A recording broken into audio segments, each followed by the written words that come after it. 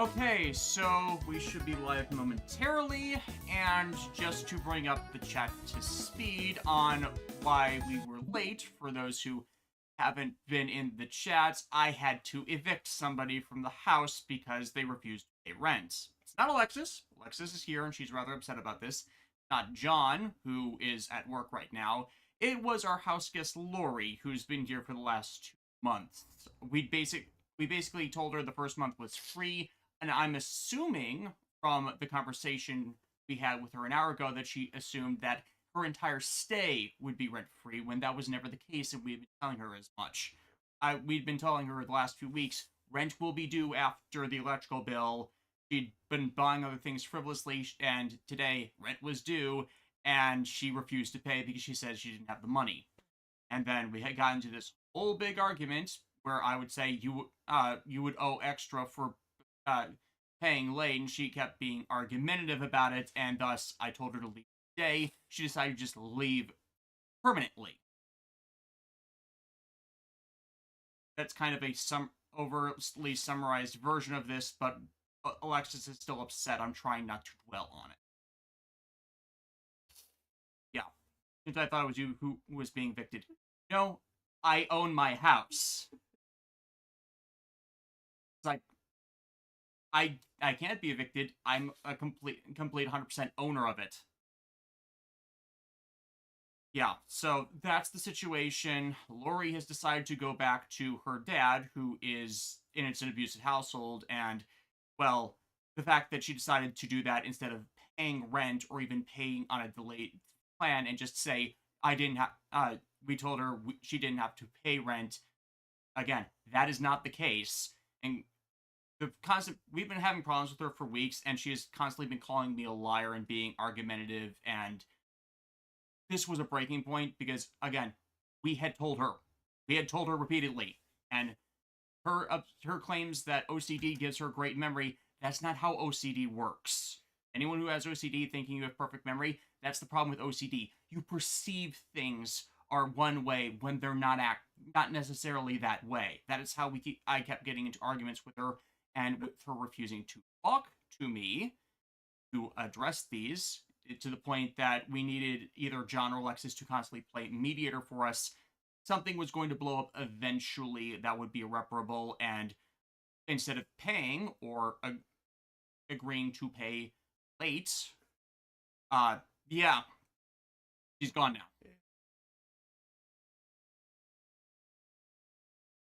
Yeah. We're gonna have to speak with her girlfriend, who actually organized all this, her stay here originally, to explain what happened, because she's likely not going to be happy either about any of this.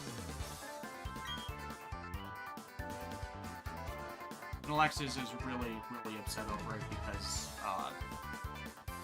Lori's girlfriend and Luna is Alexis's friend, and she's upset that he just could not make this work.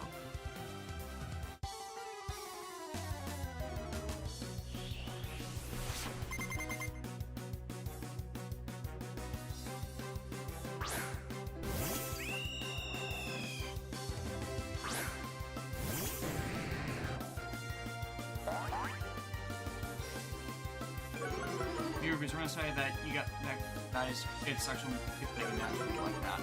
Yeah. It's not been a happy place for a while now, even with Lori sequestering herself upstairs.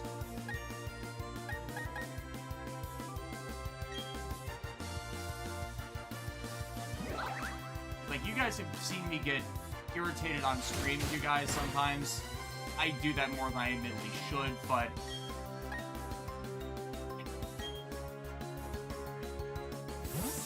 there's just a point where there's just sometimes a point of no turn.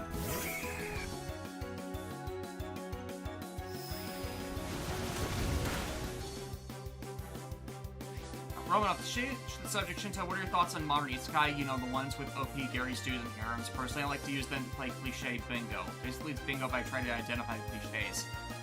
It's give and take with isekai. There are obviously good isekai who don't go by the numbers, but I kind of like the ones who subvert the tropes more, like Konosuba. Konosuba is great spoofing.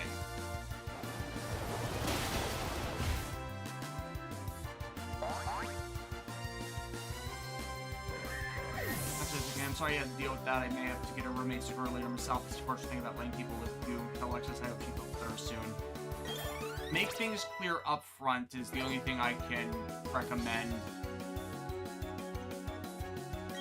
Because you might get to a point where they're not communicating, and so anything you tell them is going to go in one ear and out the other. That was also the problem with Lori. She kept refusing to talk to me.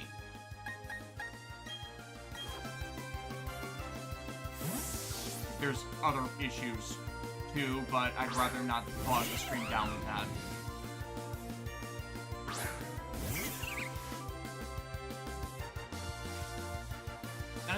Any thoughts on Super World Wars 1, the pre-order bonus of getting SRWV for tag and mech the Grand Bang Bang next? I wish that physical pre-orders would open, because those are a thing.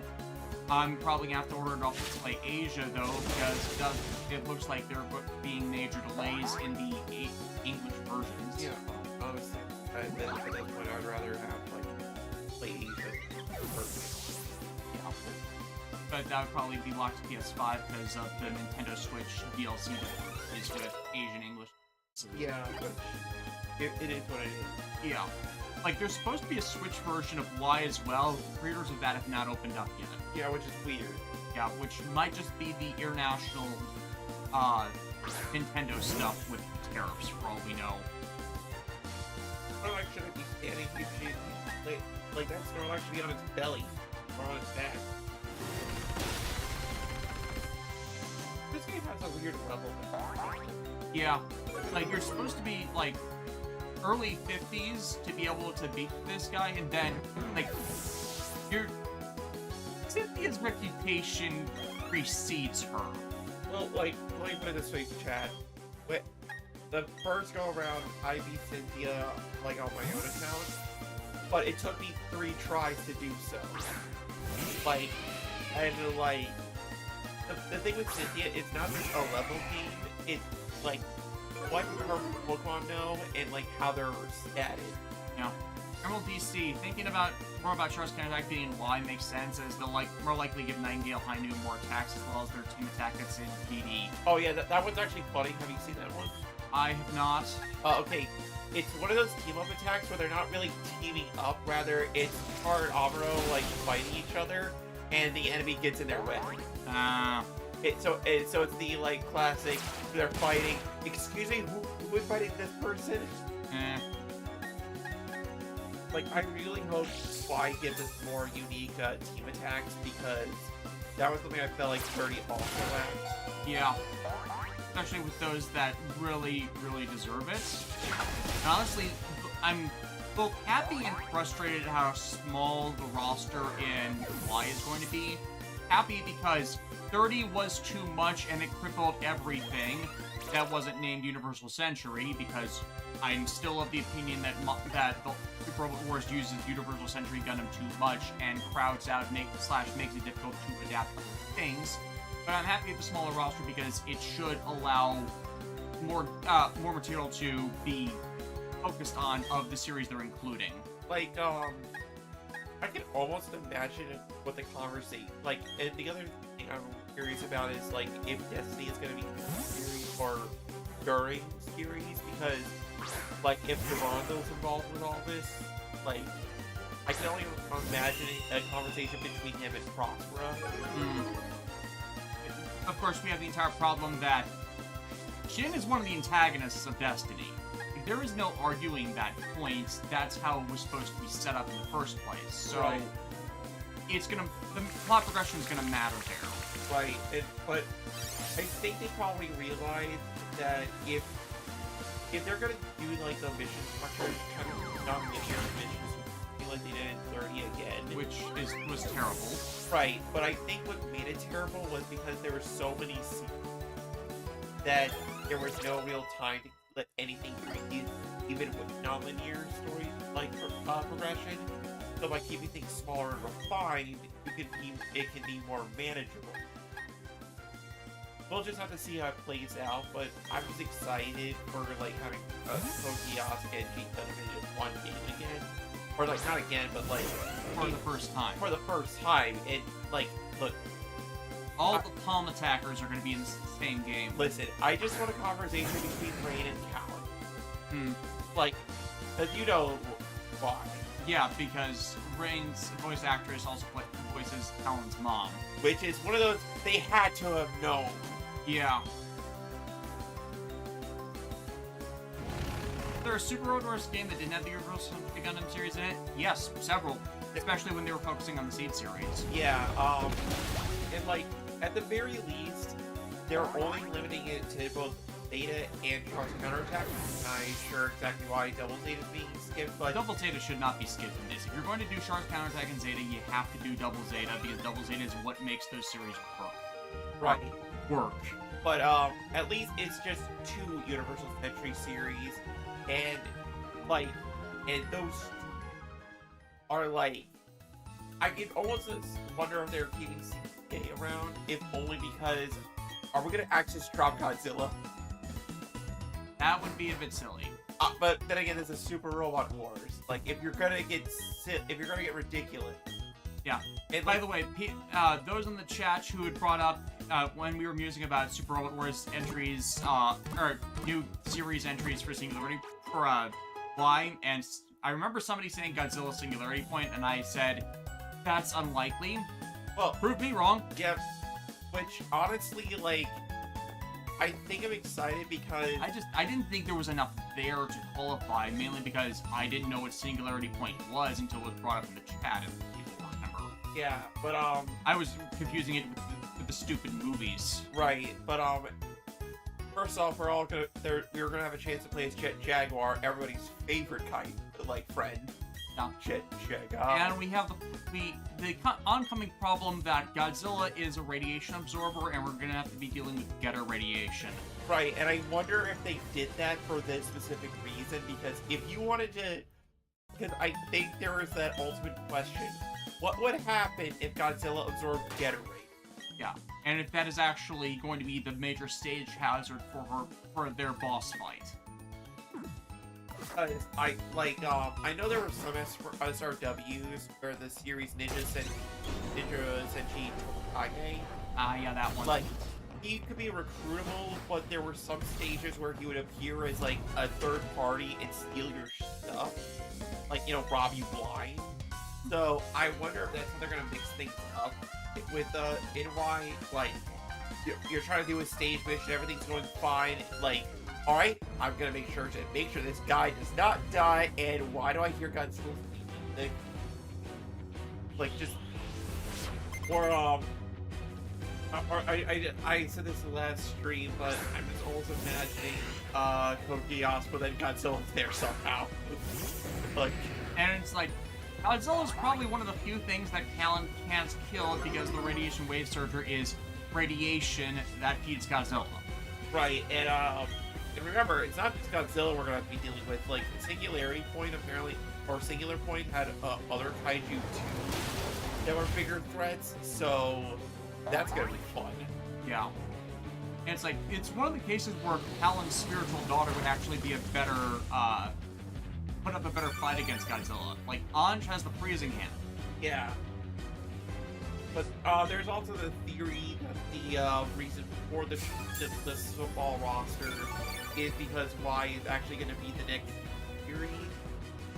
And so it's a lead-in because a lot of the things that are there have sequel content, which from Mercury Season 2, Gundam Seed Freedom, Gridman Universe, Rose the Recapture, unfortunately. But then again, if we have an entire game to like lead into something, then like the opportunity here is that if they're going to do sequels, which there's no confirmation of thought experiment, they could like build the entire game resolving the first part of a major conflict that leads into the next phase and stuff. You know, give Rose of the Recapture much more needed context and stuff.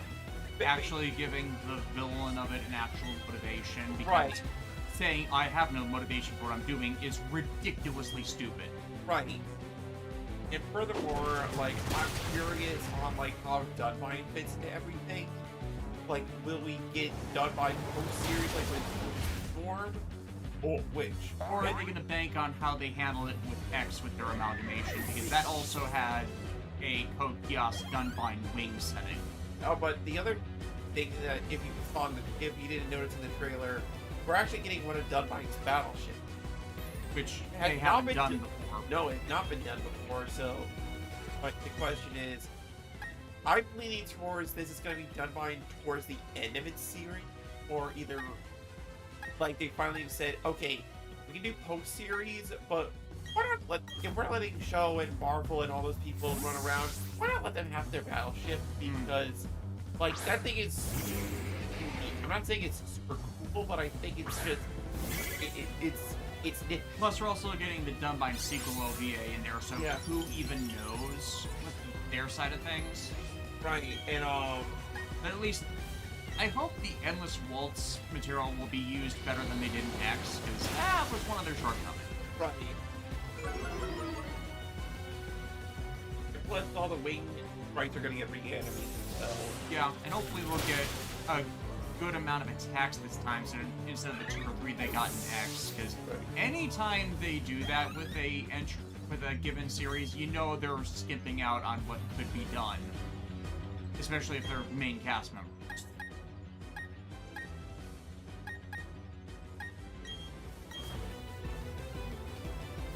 They've said, actually they did have Battleship 1 of the 3DS games, I think. If they did, we wouldn't have been aware of it. Oh yes, the most difficult Pokemon to get to this day. Seriously, it is frustratingly impossible to get female Combees. Well, it's the slather of bark on the honey mechanic.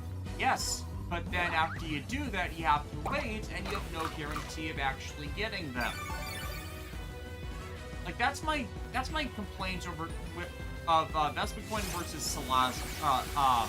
Yeah, we mentioned this last time. Oh, and there's also one other thing Salazzle has that Vespiquen doesn't. Is the reason, like, Gen 7 still, like, you know, the Alola region still rules with Salazzle is because it had the ability to poison anything. Which meant it could poison steel types. Do you realize, chat, how annoying it is to have, like, a really good poison steel type Pokemon on your team, but you can't poison steel types, and it's like the one archetype that you would love to have poison because they're freaking sturdy. Phantom 666, shouldn't you think Hathaway gets too much hate for Star's counterattack when he's more capable of blame for his actions and copying his terror attacks than Sashay's due to being an adult? I'm assuming you don't know how Hathaway's Flash ends, because all of Hathaway's actions in Hathaway's Flash are actually justified because Mafti is fighting against the Federation government imposing a law that allows them to declare eminent domain and freely deport people to space. Them doing this then sets up the situations in F91 and Victory where people are very, very mad at the Earth government for throwing them into space colonies that are badly constructed. Basically, it's the justifying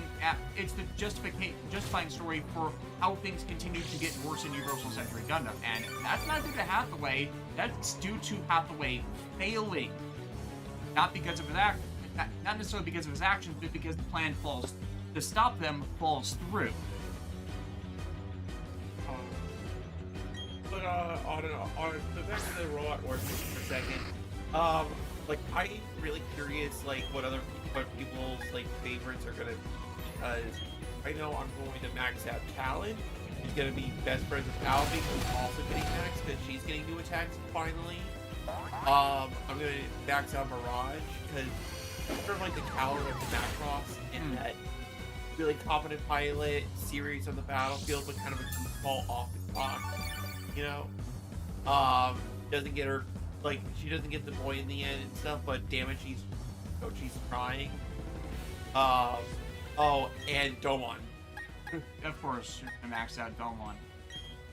Yeah, that's again why we get irritated at Hathaway more in Char's counterattack, and Hathaway Slash is trying to like redeem slash uh, have regrets over his actions because he killed someone because someone he barely knew but was attracted to started killing other people en masse in a movement of mass destruction because ego. Like, that don't work. Like,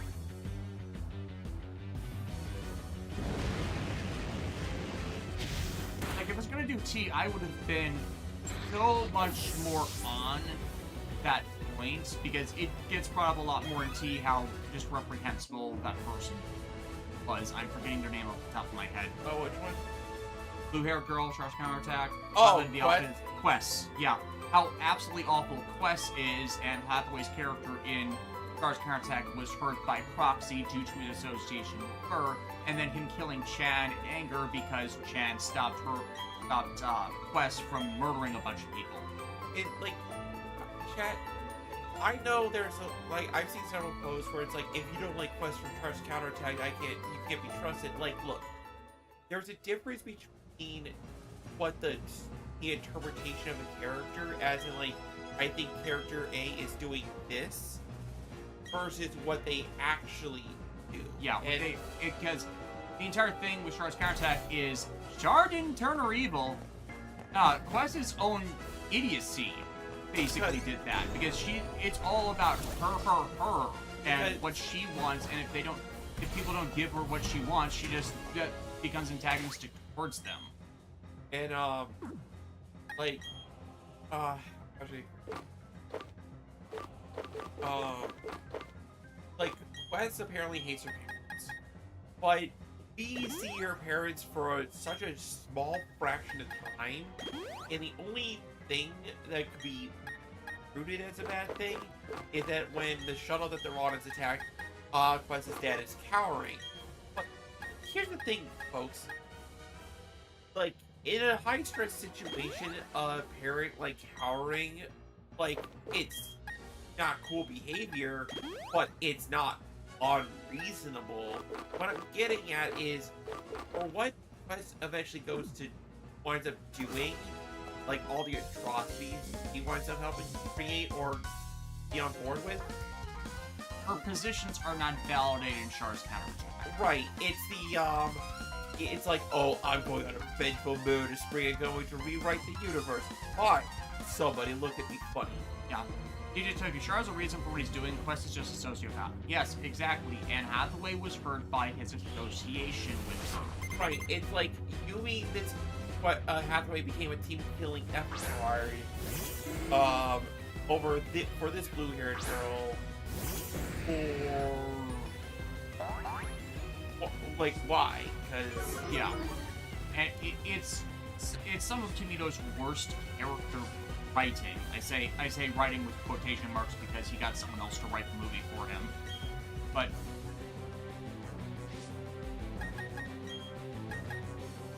it's just an entire thing where if you're paying attention to the problems in Universal Century Gundam, it's just more of the same.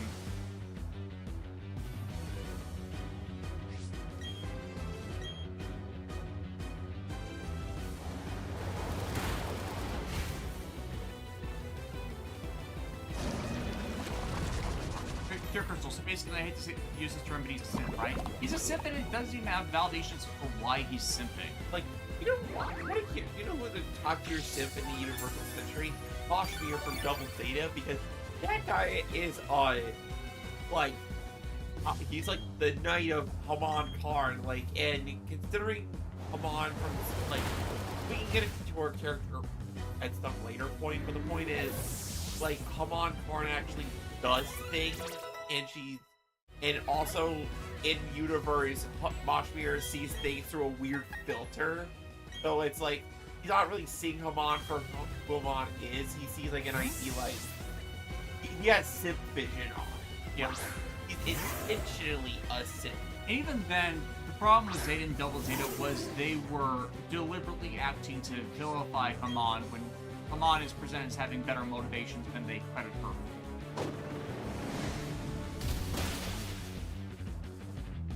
Like, it's the entire problem of how Universal Century depicts the Yon faction is it's wildly inconsistent with the leader between the leadership and the ace pilots we end up seeing, where the leadership,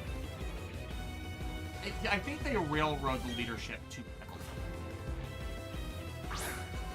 in trying to make their moral, ethical argument, and it backfires because it refuses to recognize the problem on the Federation side, where the Federation's actions caused so much of this, and the Xeon side losing, like, they're clearly not good. They do not have good people in charge, necessarily, but the, oh my god, that's but there was only one Nazi that had the original zombie group, and that was Girin. And the rest are, like, all that we want independence and free will and free determination. So there's a divide forming between that. Not good as explaining it off the top of my head. Fan 66 wanted the smartest and sanest Xeon Remnant faction. That's low as the other factions are Castilian Girin faction. And she, basically, it was a bunch of people under her that were the worst. Fuck, I'm forgetting his name off the top of my head. Guy who created the Puru clones. Guy who used the Puru. Glemmy? Glemmy. Yeah, Glemmy was in every way the worst than the actual villain of Double Zeta.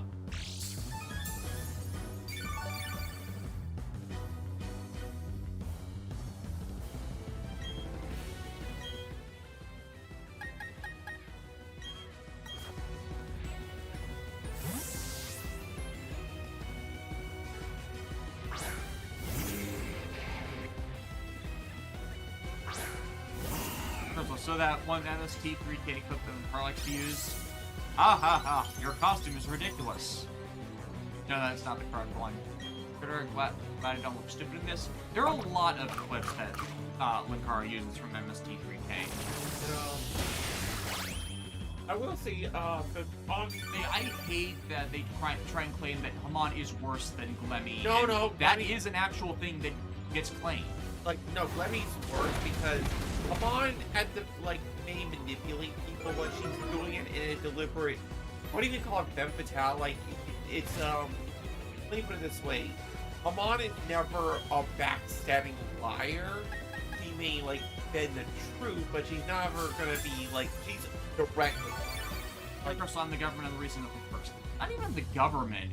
It's a, One Piece im situation. You know, with the five elders controlling the Marines, it's that kind of situation. What was I gonna say? But no, Glemmy is like, listen, he gets the Purus pissed.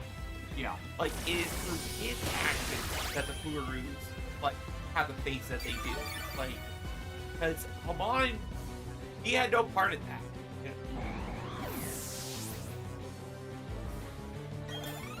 I remember in T when, like, Lemmy takes over everything, it's framed as, like, no, this is the really bad thing. Because Haman, you could reason with. You could probably talk her down, or maybe come to a compromise or something. No, Lemmy is the overzealous big bad. He's the team killing Hawktar. Yeah. Because he wants control.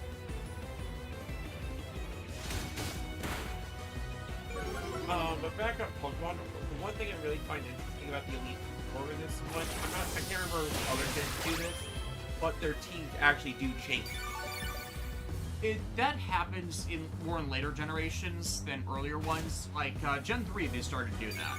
Right, and what I love about it is that it like forces you to, like, rethink your strategy, because sure, they'll have some Pokemon that are consistent throughout their rosters, like Bertha here will always have her Napoudon, right? But, like, throughout, when the teams change, like, certain things won't be there anymore, and suddenly you have to, like, rethink how you're going to approach this. That's it. Like they're. Josh, not very McCallum. Okay, here was caught off guard by Godzilla signal point being confirmed. Press it up in line. I'm guessing you weren't here earlier. I didn't see you in the chat earlier, so I'm raising my hand. I brought that up earlier when we mentioned it. So yeah, and also to say, yeah, I was wrong with saying that it likely wouldn't get in there. Yeah.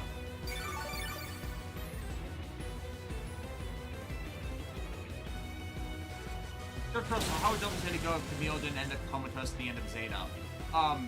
Double Zeta would possibly have a different protagonist. That's kind of an obvious one, where a lot of Camille's psychological breakdown was to facilitate moving on to the next protagonist. I'm not saying that's a good thing, it's just a thing that happened.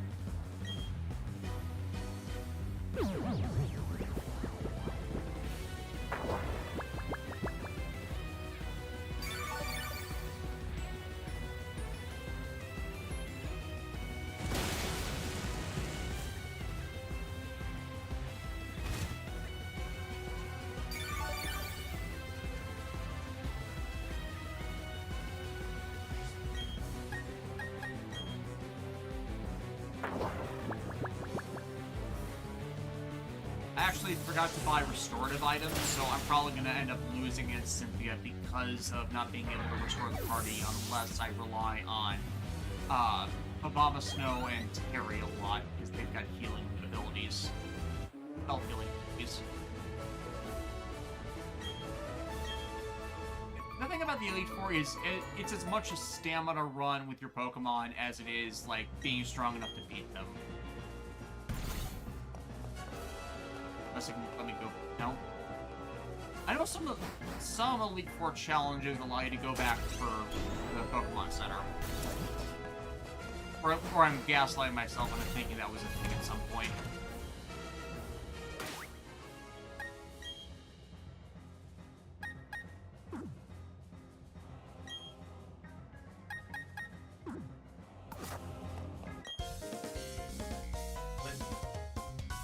Emerald DC, for you and Alexis, which generations are you two not fond of when it comes to Pokemon? Oh, 2 and 4, absolutely.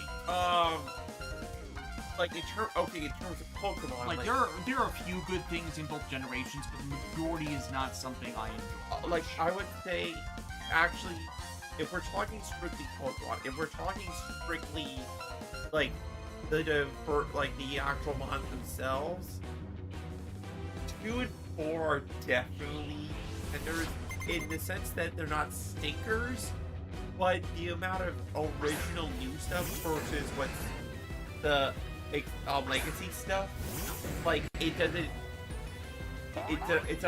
mesh well. Like, Gen 6 gave Mega Evolutions to a bunch of stuff. Gen 7, 8, and 9 have regional variants and brand new evolutions for those regional variants. I can't hate that. I think that adds more variety and value to the older stuff as much as it brings in new stuff. But 4th gen, again, starters aren't great, especially with the duplication of firefighting, so Gen 5 also have that problem. We get Lucario, which is great. We get the Time and Dimension Quartets. Giratina. Quartet. Oh, Time and yeah, Dimension Quartet. sorry, yeah. Creation Quartet. Something along those lines. We get the Gibble line, though Yeah, that yeah. is variable on quality there, and we got Luxray. But not a lot past that actually stands out, and we got a few new babies in Mime Jr. and it was 3? It's actually Gen 3, so I might be stiff. No, but I think Munchlax was actually Gen 4. Like, Munchlax came in Gen 4. I misremember that mainly because May had a Munchlax. Right, it was like one of those, like, Early early cameo ones. early bird cameos. Yeah. And, So that's why I'm might be misremembering there. But the babies are not great.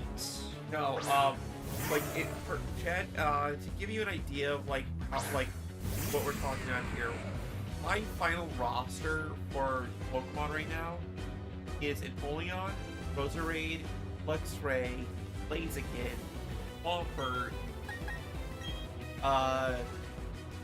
Garchomp. Yeah.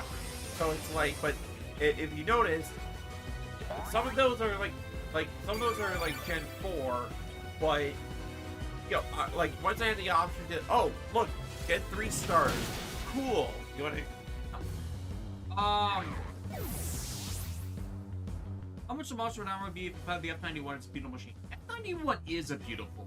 It really is. Like I would rewatch F91 again simply so I could see it in action. I wish F91 had gotten the push for a full series instead of not Stars, like Victory Gundam. And it felt like, even though it was echoing the previous series, it felt like there was more there to explore. Right, and also I like the idea, like I feel like in terms of mass production machines, you could do more with the F91 versus the Victory, because like the Victory Gundam had the exploding pants problem. As in, like, it was supposed to be a 3-part combining machine, but like so kept piloting it as if he could, the pants were just, the legs were disposable, so he kept like chucking them at people so they would explode. Versus like, which that's not really a piloting skill so much as it is like you're just like I feel like so much of Victory Gundam was just spite for both the audience and the people who were paying some, and the staff's bills. But look at the F91, like that liver override scene where it's just like going ape on the Rafflesia. Like that was pretty sick, right? Yeah. If I remember this question, are you still doing the Mega Man 98Z anime reviews? Somebody media had already. Yeah, I am unofficially retired, with the .exe reviews being probably the one thing I will come out of retirement to finish, if only because I don't want to make every single thing I did for the show be left incomplete. Like, the Mama Conspiracy video, that's still up in the air just because I don't want to go conspiracy again with the .hack stuff. But if CyberConnect ever gets around to doing another .hack game, that might change. Yeah. Or the because it's comment. Got done with watching your .hack here. Nice. I did not see that comment. When I can play the games, by the way, what would a 3rd game series reboot that removed the old stuff be like in your mind? Just playing with modern expectations for gaming. Like I would honestly think, like, it would be kind of funny if, like, an in-universe plot point for a .hack reboot would be, like, DLC stuff, because, like, the MMO scenes from when .hack was created versus now is completely different. Right, so, like, and also, CyberConnect has first-hand experience with, like, the bad side of how DLC stuff is coded. Yeah, from how Ashura's Wrath happened. Exactly. I maintain that the Ashura's Wrath DLC is a result of Capcom mandating it, and then CyberConnect getting the wrong idea of how to implement it. Because Hiroshi Matsuyama's valid justification that it's like a series that ends in a movie, because that does happen in Japan. It happens with a lot of Toku material where their post-series movie or team-up movie is the conclusion or epilogue of their stories. And yes, he does watch Tokusatsu stuff. He was praising King Oger throughout, which was like crazy nice and based of him. He was praising King Oger throughout its run in his social media posts. Imagine like what CyberConnect could do if they were allowed to direct a cut, like a cutscene for King Oger. Like just a whole CyberConnect fight scene with God King Oger. That would be Yeah. Yeah. Like, I am getting a big pizza later, and I'm just gonna eat my feeling. Yeah. Peter reviews. I think there's a missed opportunity between Crunch Planet as Gavarito. I named Tyrantrum in Gen 6 Gavatira. I will again when that game releases. When Legends Cow is released.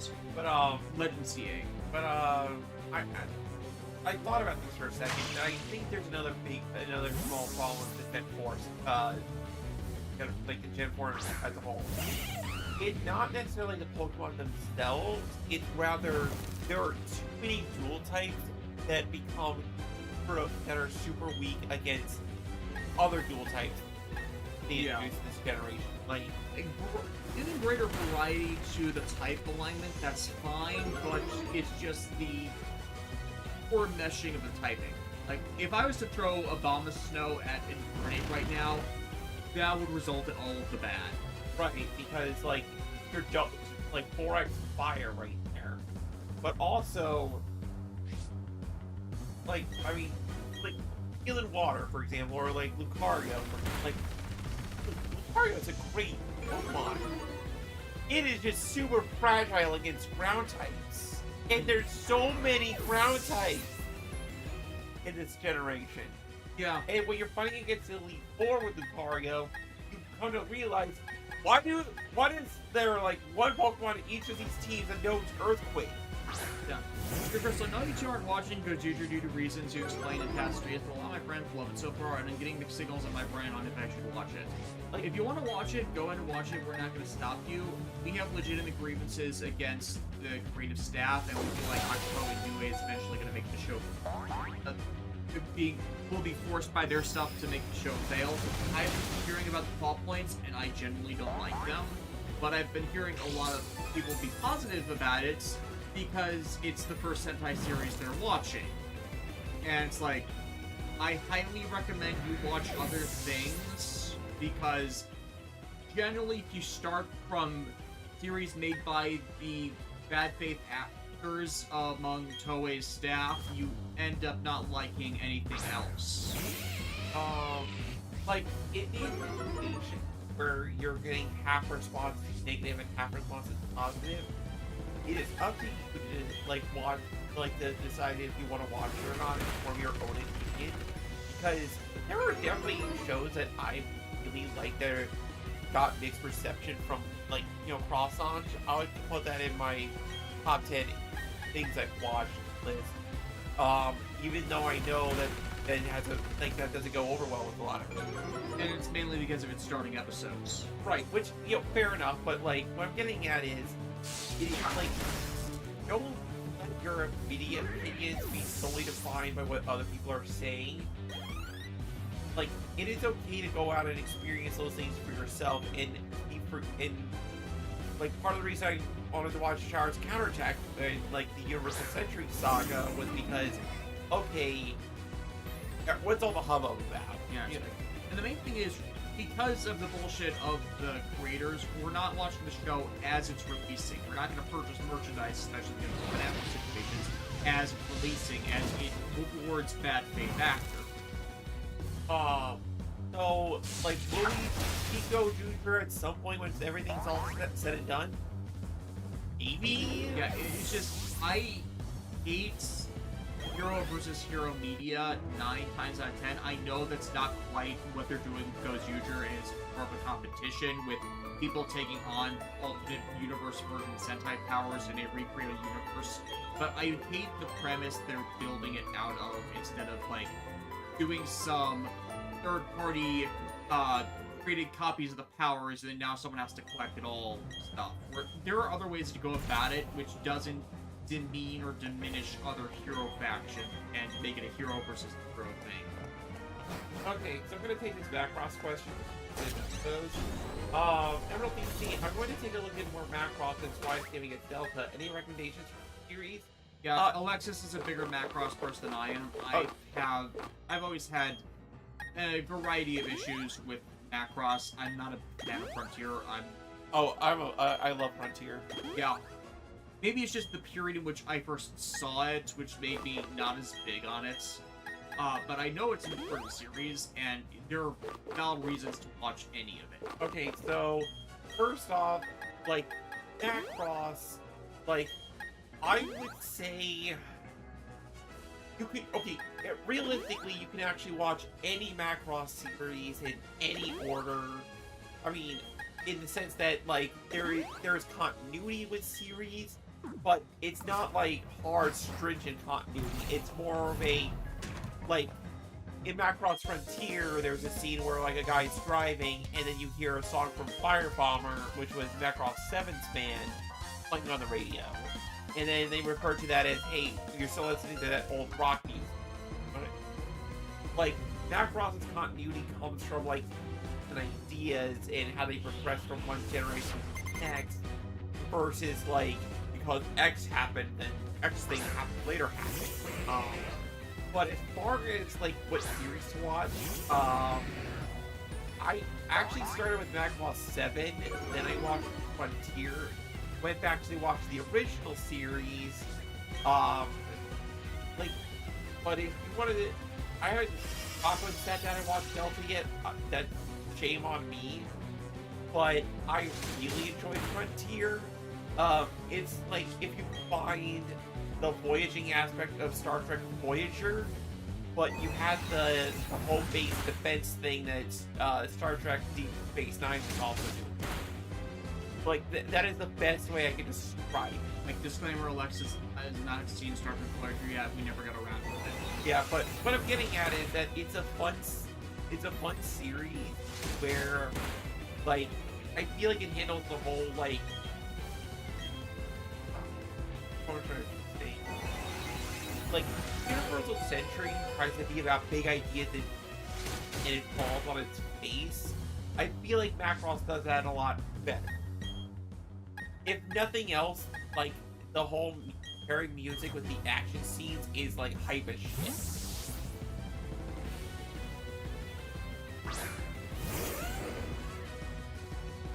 Oh, this guy. I hate him. Yeah. Like, the first time that Mr. Mime is actually threatening. Like, okay, this is one of those funny things where, like, Lucy and Steve, like, kind of Mr. Mime in there, have been solved with a simple crunch in the other generations, but it's dual very tight now. Yeah. So it's a little scarier than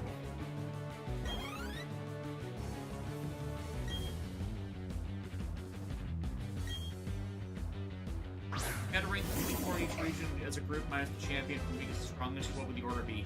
I never completed Gen 7, so this is a bad judgment from me, and it's been so long since I played so many Pokemon games that that's a bit of a more difficult judgment. I had a horrible time with Gen 1's Elite Four. That's because I was a stupid kid who didn't really understand the game mechanics. Now, I will say, you know who's a really strong Elite Four? Gen 3s. And I'm not just saying that because, oh, it was my first gen, therefore it's the strongest. No, I mean, like, all the Elite Fours, like, minus the champion, go after a certain theme. But it was Gen 3 where it was the most esoteric. Like, you're going off against a dark guy, so you gotta bring fighting types. Oh, but wait up, watch out, we got a ghost girl, a ghost Hawaiian girl, then an ice queen.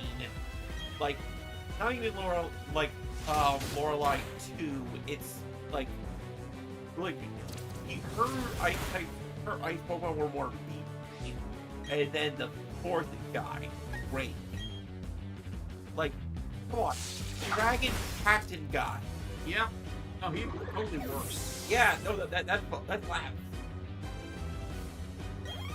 You just gotta go. Also, if anyone who's not seen it, watch Macross Plus if you want to see Walter White as a badass spider pilot. Oh yeah, Macross Plus. Yeah, that's like if you want to. Bryan Cranston is fantastic in that. Like if you want to see what distilled Macross looks like in a bubble and see if it's for you, highly recommend you watch Macross Plus. Like it is literally the best. And I want to Macross Plus. They cooked Jesse. They cooked. Oh, they cooked. No, Macross Plus is my favorite Macross entry. Yeah, and like there were several Robot Wars where Macross Plus was included, so you know, one of these days we'll see Isamu is in company again. Yeah. Apparently, in Robot Wars, like this one Blue Sky user, I don't follow them, but somebody else reposted their stuff. There's a Super Robot Wars entry where the protagonist in Macross Plus, Isamu, becomes besties with Doriko from Gunbuster. Yeah. And that's one of those, like, nobody could have put these two and two together, but now that you say it, it's like, wait, that actually makes way more sense. What?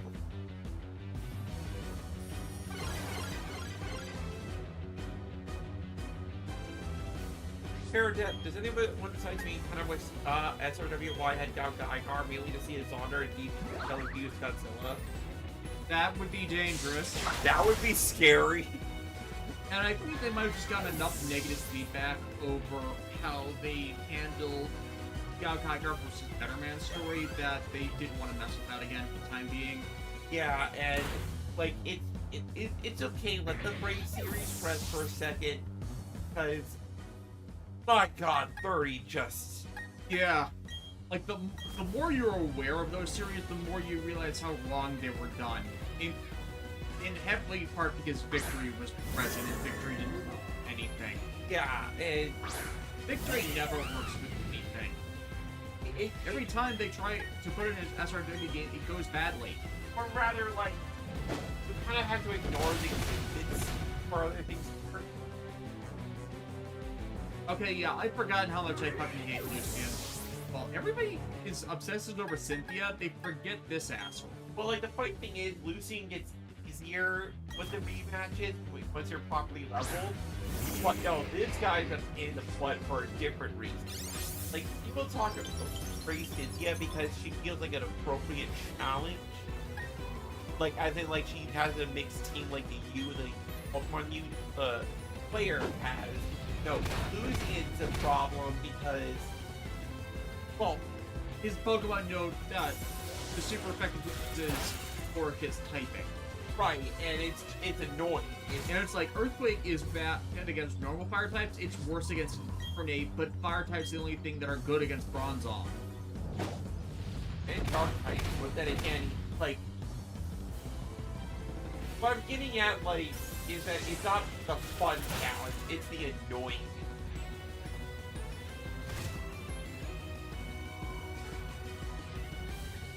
Like, I think I had way more problems fighting this little thing than, like, Cynthia, Yeah. because Ben 66, how much has the Earth Federation decayed after the Victory era? We seem to do nothing or incapable of doing anything when Empire invades Earth territory / space and capable.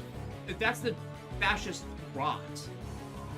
Because again, Earth Federation was the entire situation. That's the whole thing. It's just, and their absence from the narrative is basically making excuses. It has to be the space fascists and ignoring the actual causes of why they're angry in the first place, which is the Constantino problem.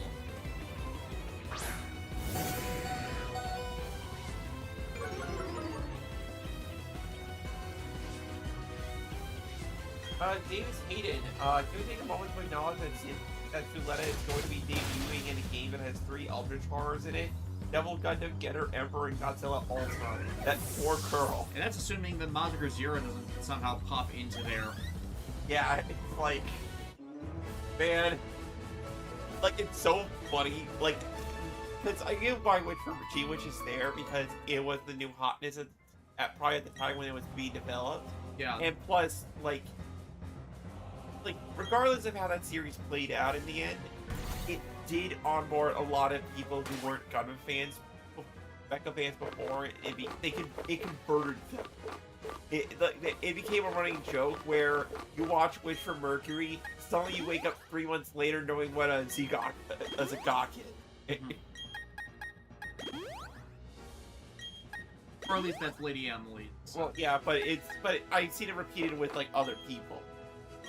But what I'm getting at is that poor Tanuki is just trying to be lesbians with her wife, and then there's like the double Gundam there.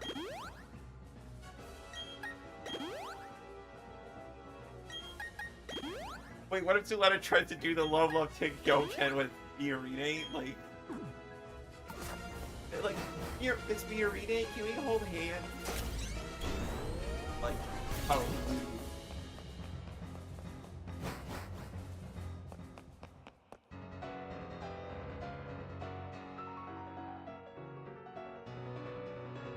Also, like, Cynthia just has class. She does. Like, in the perfect parts, the character is great. He is confident in her ability. And like,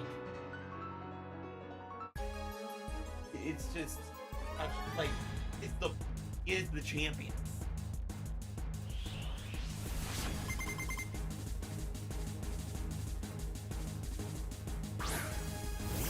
Also, that hair flip.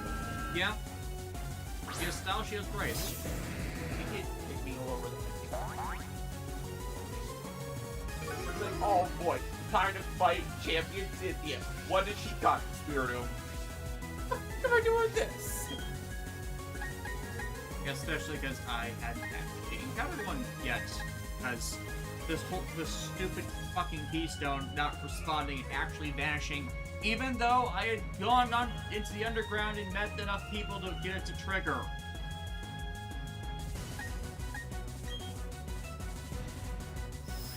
Yeah, basically, the only way to prepare Tomb these days, if you don't have fairy typing, is just stab. You just gotta try to run it over, pray to God. And like, I have nothing in my party that can learn Dazzling Beam that's the most accessible fairy type right now. Oh dear.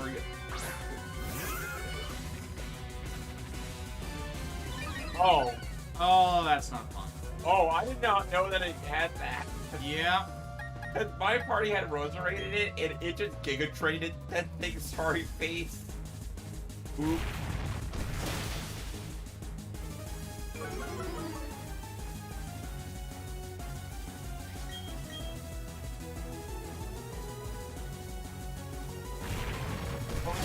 And now everyone is triggered. No, what was really triggering was apparently playing Gen 5 and you think you're safe in the post-game area. You think everything's fine. You open up a beach house door, you're like, And then there she is. it's like, oh, hello there. No, and then she immediately challenges you to a fight that you can't back out from. It's one of those.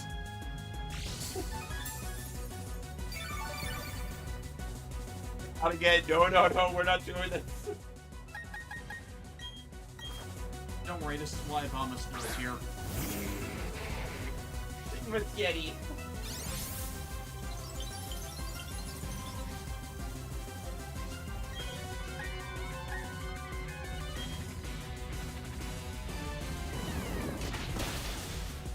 Ah. You know what I mean? Like, my God, these Pokemon just so happen to know the exact thing that they would probably be most effective against. Doesn't have the Gastrodon has leftover. You can trade it? Giga draining.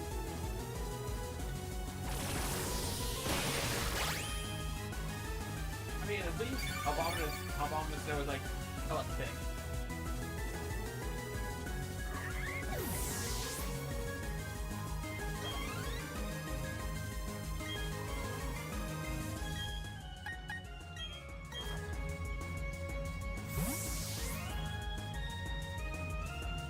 Johnson, when will Sentai return in it or combining weapons? No.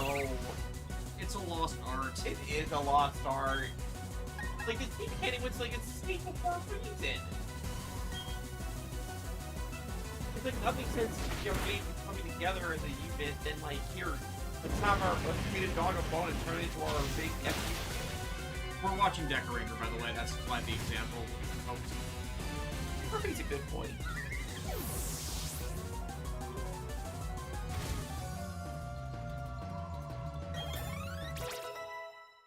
So far, so good. You're doing okay.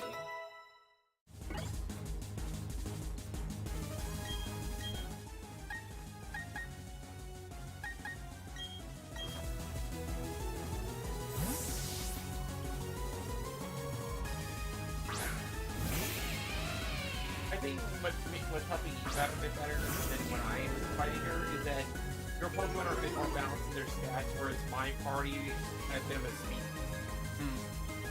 Like, they were just slow it.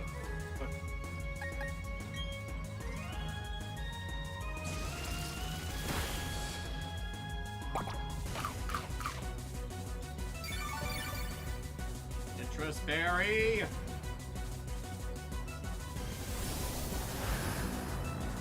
I feel like Luxray should be electric dark. Right? it kind of gives off that vibe, doesn't it? Yeah. And then it would have it learning crunch if it make more a bit more sense. I mean, a lot of Pokemon with tanks would punch. But I mean, it will at least help it better.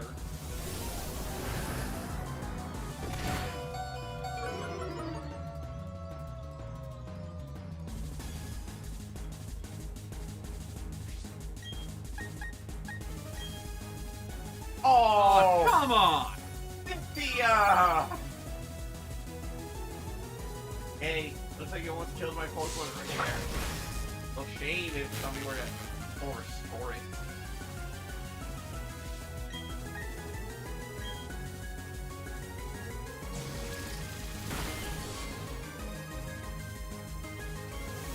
Oh, here. Oh, no. Sorry, Beery. Sorry, Nintendo.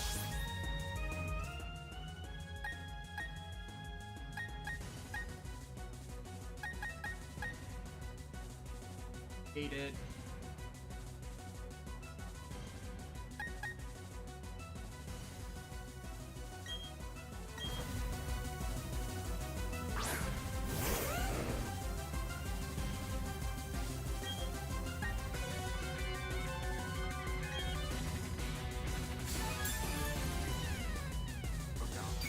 I know there's questions to add, but like, we're in the middle of a fight game.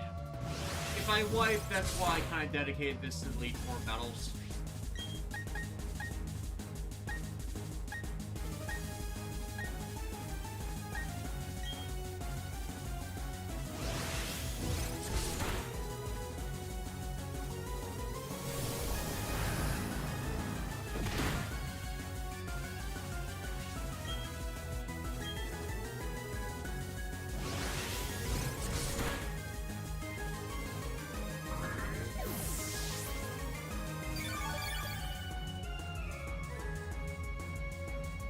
Like QA stands, Cynthia and Leon are my favorite champions. Yeah, good choices. Yeah, fair enough.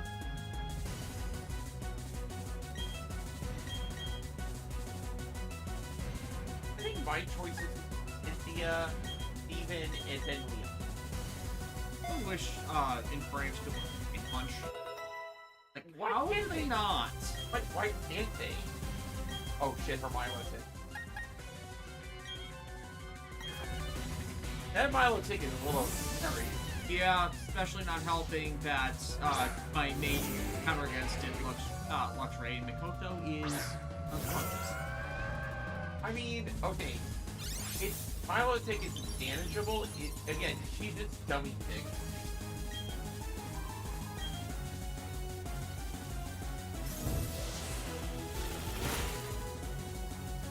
Congratulations, you froze a snow tree.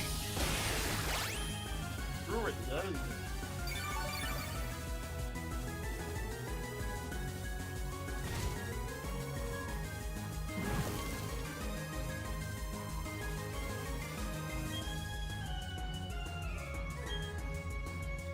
Oh shit.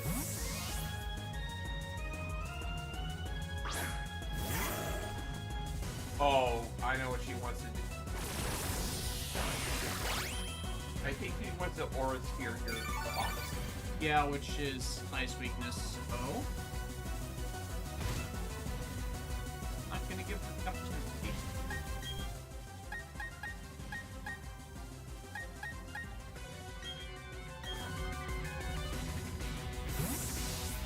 And, like, honestly, there's no change because again, her team is pretty solid.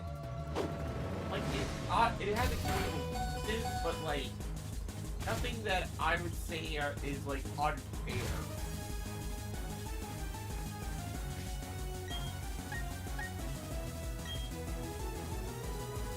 Oh, It's just too fast. yeah.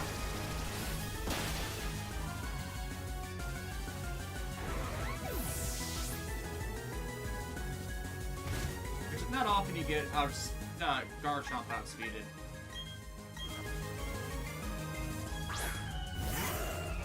One Terry Bogard. I believe. This is not a one-hit KO, then I got a chance. Damn it. That's the other thing. Like, Why is Lucario weak against its own type? Steel typing. I don't steal, but you see what I'm saying?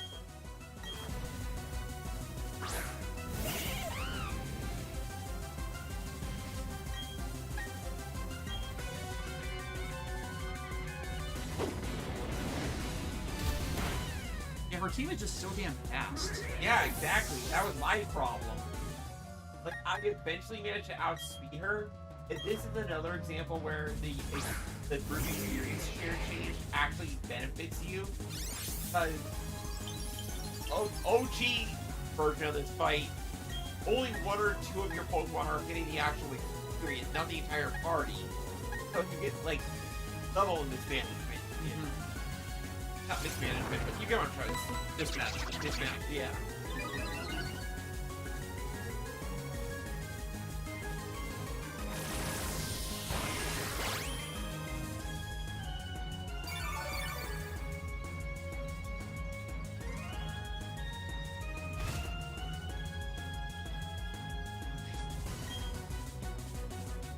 I mean,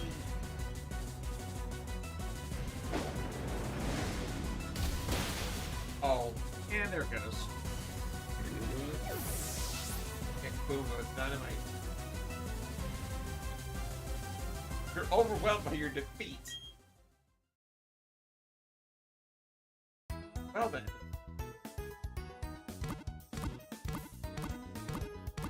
Try again. Of course, we're gonna try again.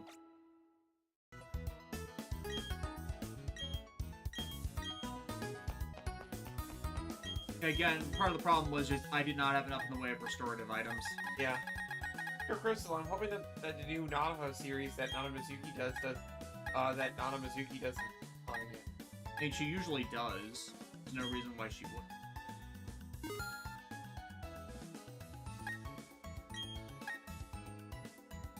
Sun556, I'm replaying Shining Pearl, and I must say Friendship Grind without the Sooth Bell is really hard.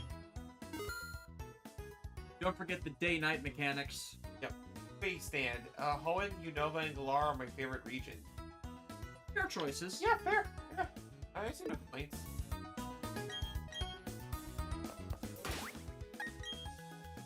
So back up, going up a bit.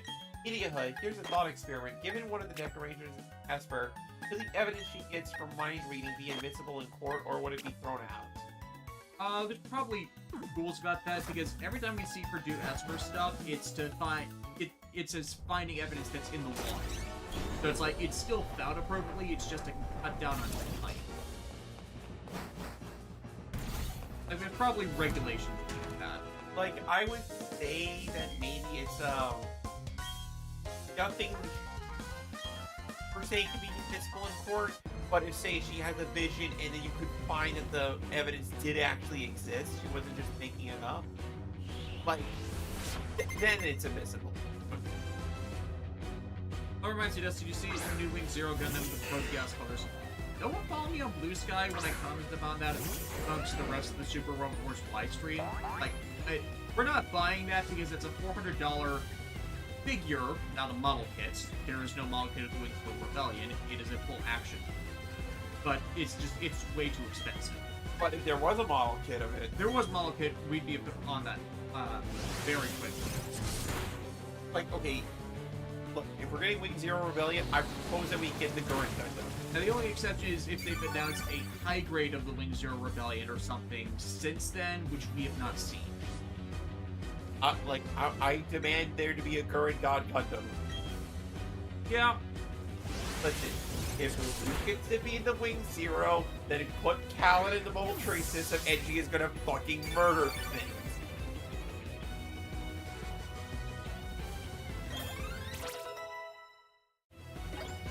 The only reason she didn't kill Suzaku in R2 was because she didn't want to finish the combo string.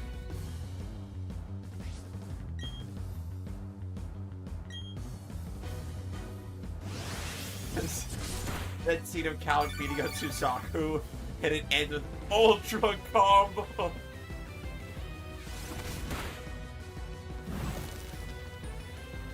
Dear Crystal, I never understood why you have to fight the Or again and can't just refight the champion.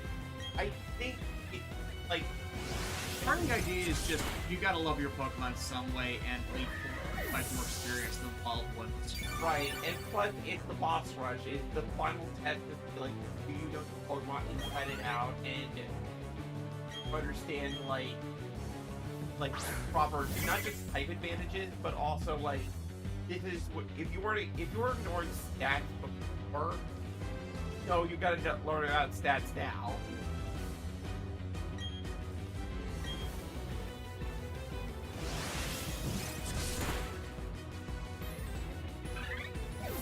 Bye-bye.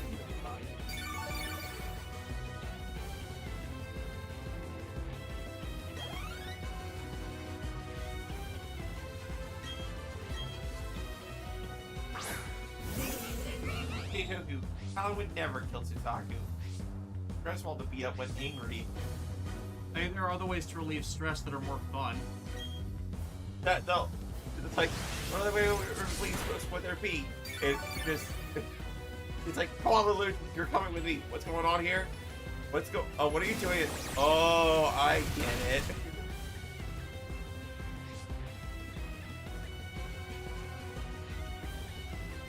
So I've seen your videos, but I keep forgetting who it was in staff Kogias that like to shove CC as the love interest down our throats. I swear if it's not Taniguchi, then it was from Orders on High. Like, okay. Not Okuchi, Taniguchi. Yeah, Taniguchi. Honestly, like, I know we give Taniguchi and others a lot of grief, but given how anime companies are, I would not be surprised if it was an Orders from on High thing. Like, it's believed to be Taniguchi these days just because of his post-resurrection comments. right. Which don't make sense as, no, okay, there are people in the fandom that would like to see a love interest and wish that they had spotlit that more to actually validate in canon. None of them were expecting it to be validated in canon. That was completely out of left field.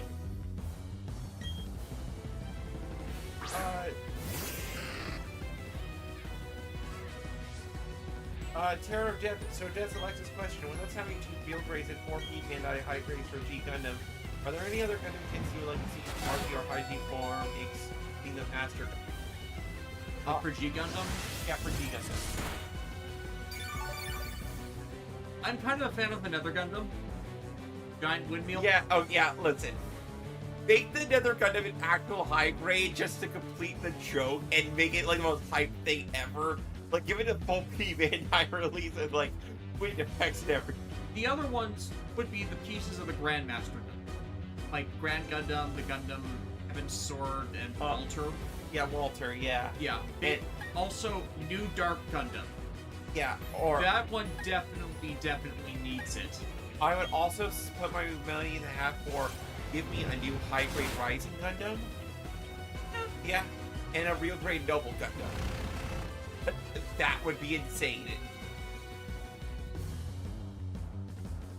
Because, like, all of the G Gundam Super Boss units would have to, well, obviously not the Master Gundam, but the other 3 would need to be, like, end-of-year big model kit exclusive. Oh, and also a proper model kit of Boo's Psyche. Yeah. And, like, not one that's not a glorified statue, but like an actual mecha horse. Yeah. Like, there's, like, a lot from G Gundam they could do. Aaron, your hair's stupid.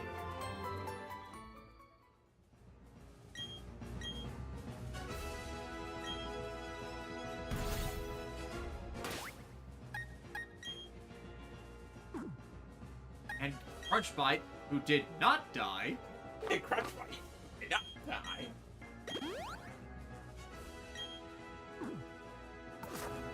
Because, like, even if you lose to Cynthia the first time, or any of these guys, it becomes progressively easier because you're hitting the Exactly, and that's what I like. That's what I love about it, because like you're losing, but you're still gaining something. And then the next, like, you notice, hey, that first fight wasn't as hard as it was before, and then the second fight's not that bad. You know what I mean? Yeah.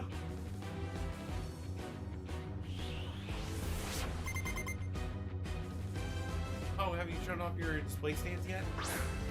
I haven't social media. I finished my Tsudenshi display stand project. Now I just need to finish making more things to sell and I can open the Etsy shop. Working on the design for like a pre-sale version of the Memorial Mobiritz stick. Yeah, for people who still wanted that but didn't want the Memorial Mobiritz.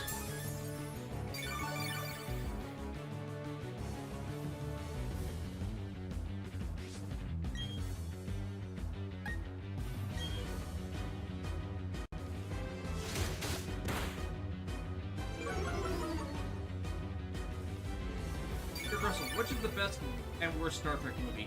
Best movie is Wrath of Khan. Worst movie is probably either Into Darkness or Nemesis. Insurrection's also terrible. Like, really terrible. Like, Insurrection is... Like, each era of the Star Trek film franchise has an absolute... Star Trek V with the TOS crew, it's either Insurrection or Nemesis of the TNG ones. Though it's surprisingly First Contact when you really think about it, is good of the TNG. And that Into Darkness is objectively the worst of the, My name is Khan! Of the Kelvin movies. There is a reason the odd number Trek movies suck rule exists, as long as you put in Galaxy Quest in between Insurrection and Nemesis to make it the replacement Star Trek 10. Is that it's... 1 is slow, but that's why it's bad. 3, it feels like an episode of the show. That's its worst thing. 5 is Shatner's ego trip. Star Trek Generations takes forever to get to its actual main plot.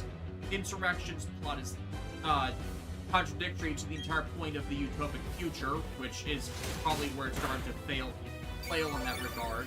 Nemesis is Nemesis. It got sacrificed to Lord of the Rings.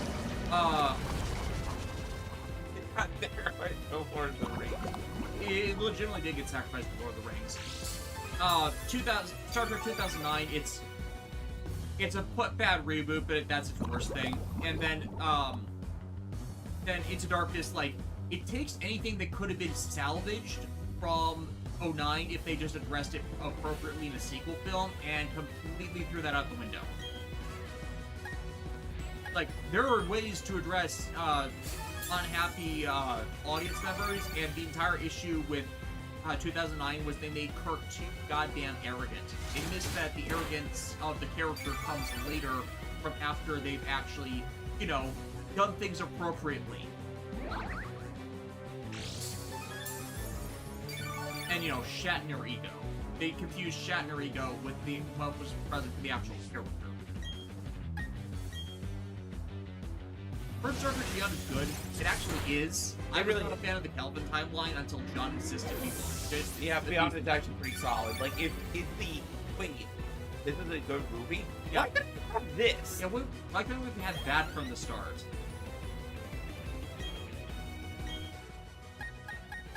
Yeah, you're gonna gig a friend that's a fish. Yeah. Email Meg, what are your thoughts on using Nazca culture as a motive? Not really well.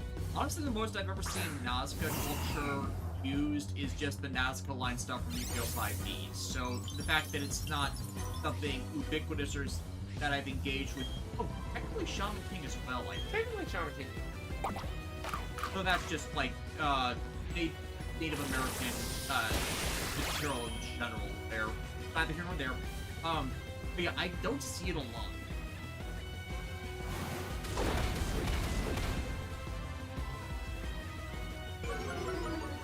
Not 556. The friendship Mana training is Togepi, so it doesn't have the glare of day or night technically. Oh yeah, because Togekiss is a monster. Oh, like, I don't have to actually use my Togekiss, but if you, once you raise a Togepi right and then it falls into that Togekiss eventually, my god, that special, those stats spread that's scary.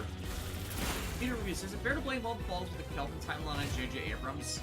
If not J.J. Abrams, then the writers that were hired to work with him, namely Roberto Orsi and I'm forgetting the other guy's name. Because the problem is, they're the guys who wrote the bad Star Trek movies. No, I fucked that up. sorry, I mean, they did write bad Star Trek movies when they were involved in it, but they're the ones who wrote the bad Transformers movies. Oh, I would say Alex Kurtzman. Alex Kurtzman, yes. And Yeah. Alex Kurtzman is also responsible for why so much newer Star Trek content is on, because that's still been kept in the Abrams well of Secret Hideout. And as Kurtzman does not get Star Trek, Why don't you do Giga Train? but But you're gonna go. Or you're gonna use. just considering it just so I don't run out of Gigatrans once I get Cynthia.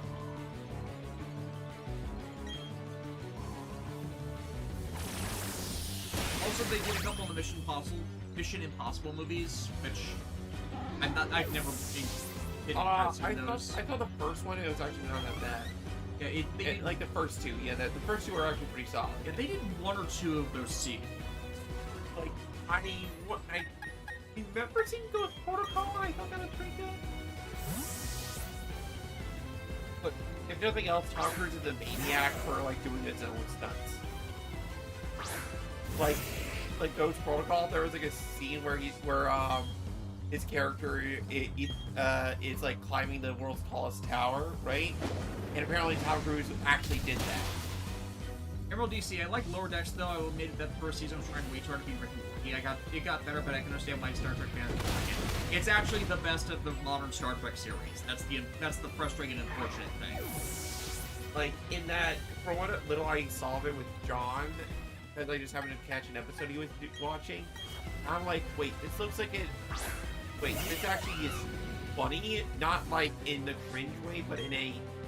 Wait, this feels like a Star Trek series where they're laughing at themselves because they both love and also know how to poke fun at like its own like the. Yeah, because the problem with a lot of the newer Trek series is they're trying to not write Star Trek, or they're obsessed with a version of Star Trek that didn't exist, and they extrapolate from pop culture exaggeration, or they want to do TOS prequel stuff to change what TOS was, and it never works. And then when they tried to do the TNG sequel, they got people who didn't watch Star Trek: The Next Generation, and it became more of a Patrick Stewart Captain Picard vanity piece, which didn't work just because it didn't carry on with anything the way he wanted it to. It's not just fans didn't want, it's like the 2009 movie has a prequel comic where Data is alive and captaining a ship. Then you get into Star Trek Picard, Data is still permadead. And yet Brent Spiner is involved with the series. It don't work.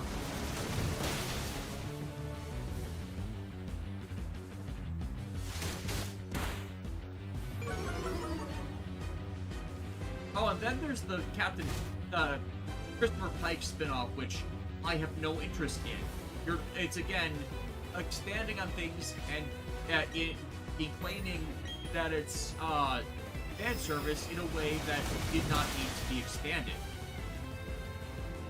There's so many fun games that I want to try and use, but I look at their actual stats and their typing, and I'm like, it's become so allergic really easy. Oh, and the only good things with Modern Trek are Lower Decks, Prodigy, and Strange New Worlds, even though I was the next one. I keep forgetting Prodigy is a thing. Which apparently that series isn't bad either. Even though it kind of commits a lot of the modernist problems of Trek and not understanding how anything actually works. Like, there was one situation I was informed of where they made an episode about an antimatter leak from old tech on a Federation stolen tech on a planet, and it's like, you guys know what antimatter is? Because it's kind of the point of a lot of Star Trek is they're utilizing clean technology, and when it goes awry, it's not functioning as it's supposed to. So, if you're worried about people poisoning, leaks getting into water tables, then you kind of have the problem of that's not how the technology that the Federation uses is supposed to work. Like, any radiation that gets released from the engines is a result of the matter-antimatter reaction, and, you know, those are mutual annihilation of atomic structures. All the energy released from that can be fine, but if you're in a crashed ship, the engine's not exactly running to leak radiation anywhere.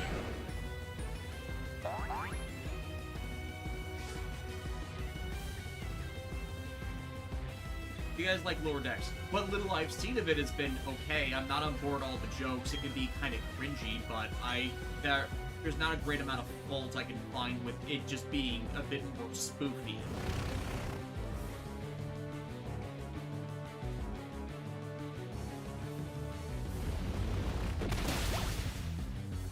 Yeah, like I was saying, Lower Decks and Prodigy are the ones I'm least likely to have grievances with. Even though, yeah, if everybody I've ever seen talk about the show says that the first season is, like, they greenlit a counter to Rick and Morty and wanted to make it Rick and Morty, and Star Trek is not Rick.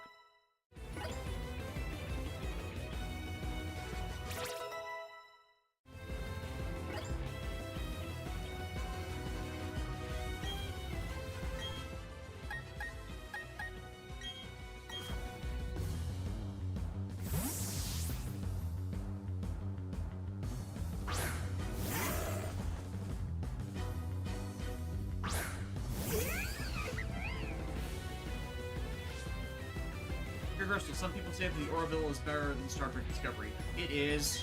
It handles every issue that Discovery tried to do in ways that were much, much better than it. It actually understood the assignment. Also the fact that, like, right on, Colin is actually kind of a funny guy. Ew. No, I'm actually kidding, but, like, American Dad is, like, legitimately hilarious. Like, there's at this point we kind of need to disassociate Seth MacFarlane from Family Guy. Because his sense of humor actually is in those series actually seems much better. Like it is remarkable how across all the seasons of American Dad, the humor is consistently funny. Yes, there are some worse episodes and there are some not as funny episodes, but like every season has like something memeable or like insanely quotable in it. Like, I heard we're gonna have this clown teacher's really tough. He's like really hard on everything. It's Roger. Shit, it's gonna be Roger, isn't it? Alright, that's it. Or like, where they're at a dinner table and it's like, and Stan's just like, Roger, this reads off like some job business card that Roger gave him, and Stan's just like, this is just gonna be you. This is gonna be you, isn't it? That's a strong possibility.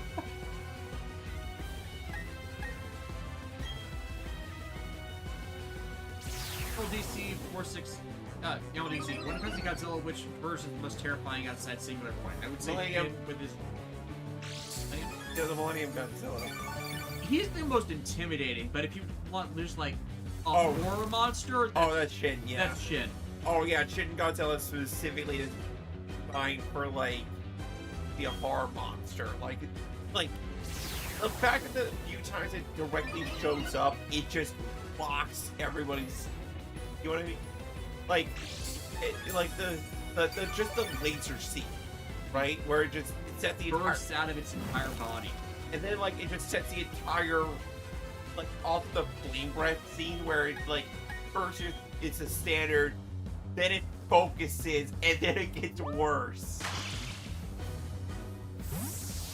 There's a reason why the tagline for that movie is "God help us."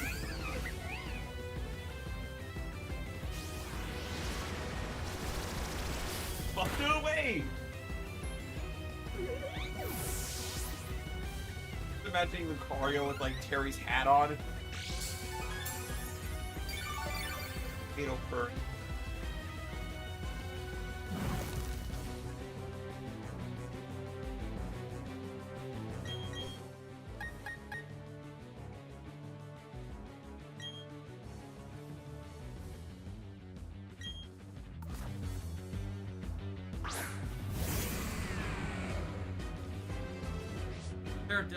Let's not forget Godzilla, Moth King Ghidorah, and Final Wars Godzilla. I mean, basically the same suit still.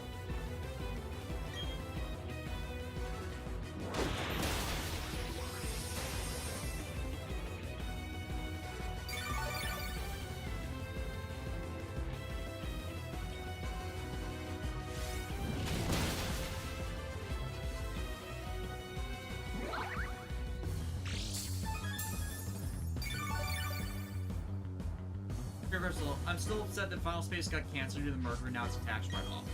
Aslav! What if there was a giant steel snake and you punched it hard?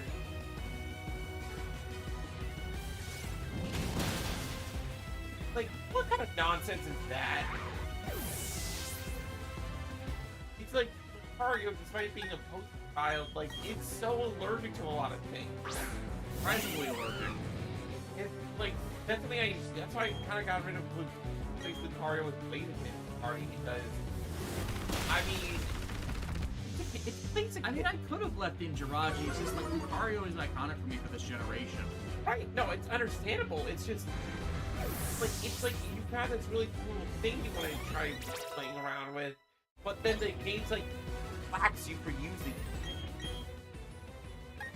Yeah.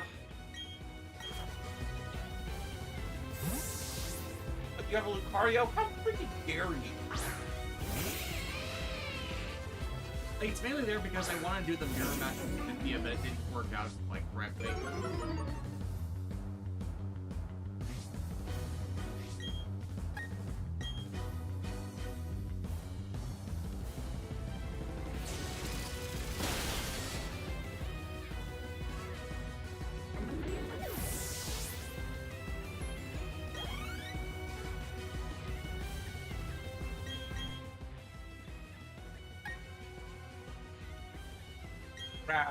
Wrath the Gyarados with his chains on. Deal with it. I wear my sunglasses that night.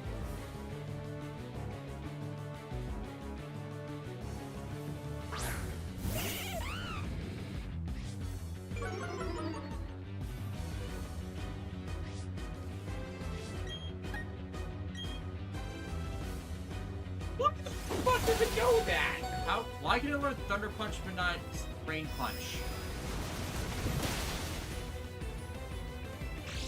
Like, my god, that thing is fast.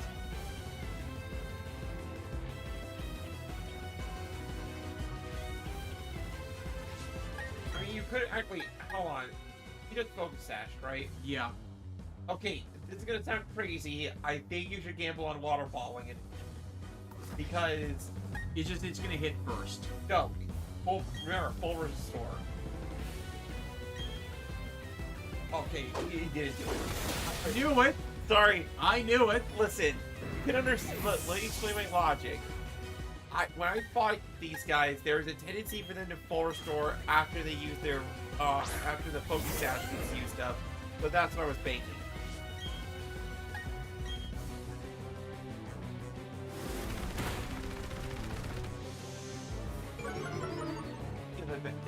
Oh, I'm back. What did I miss?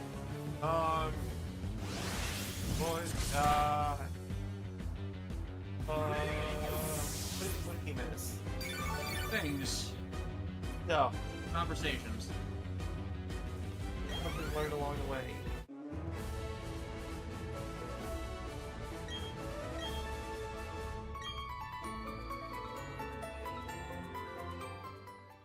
These Thunder Punch is there for water types. Yes, I knew that. Well, I mean, like, yeah, we know that, but it's And all. it's X4 against Gyarados.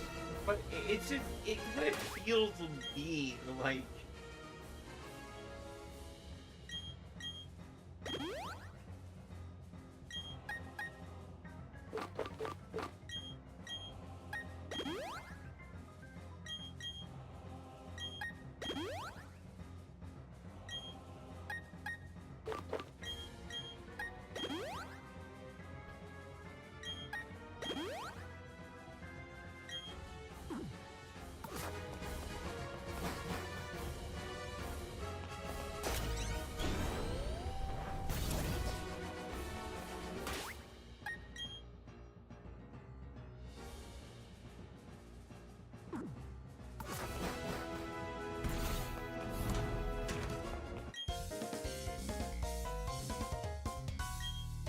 See you later, Media Hood.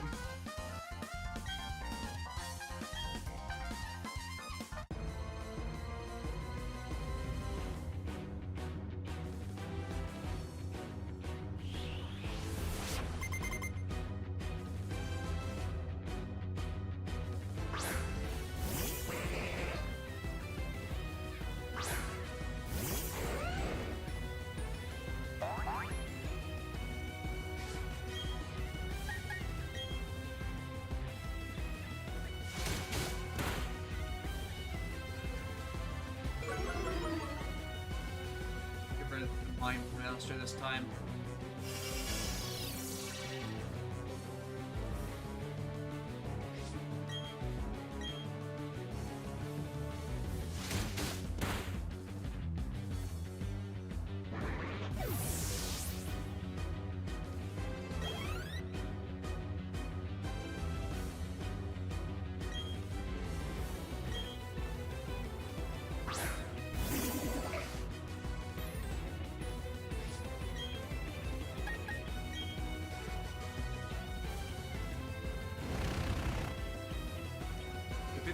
Yeah, that's what I was thinking was gonna happen.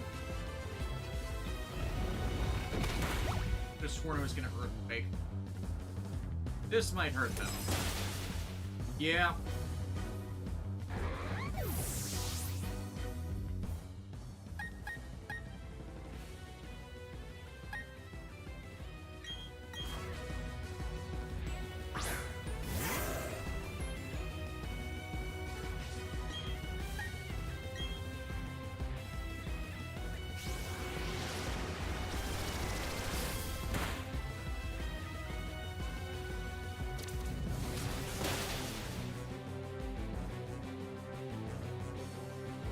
I'm so used to hike, jump, kick always failing that I'm surprised it's been this consistent against me.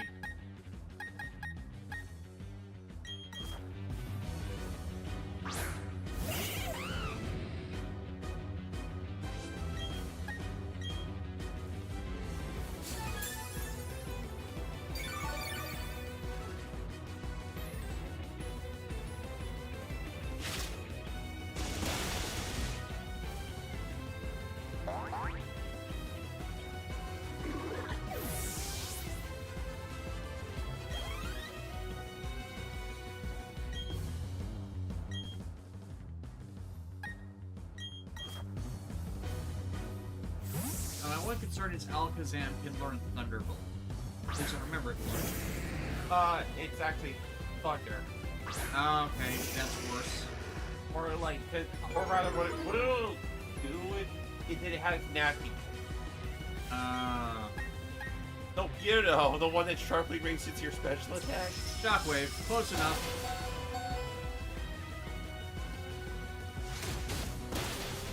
Woo! That's scary. Gyarados are low-key MVPs. It is worth it to buy that Magikarp early in Gen 1. And then Girafrig, I remember using Trick Room first, usually.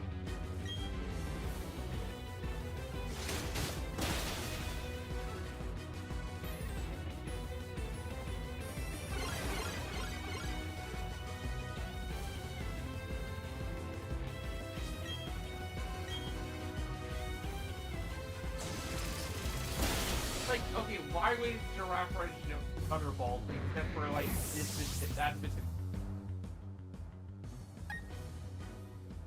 It's almost too convenient. Right, that's what I'm saying.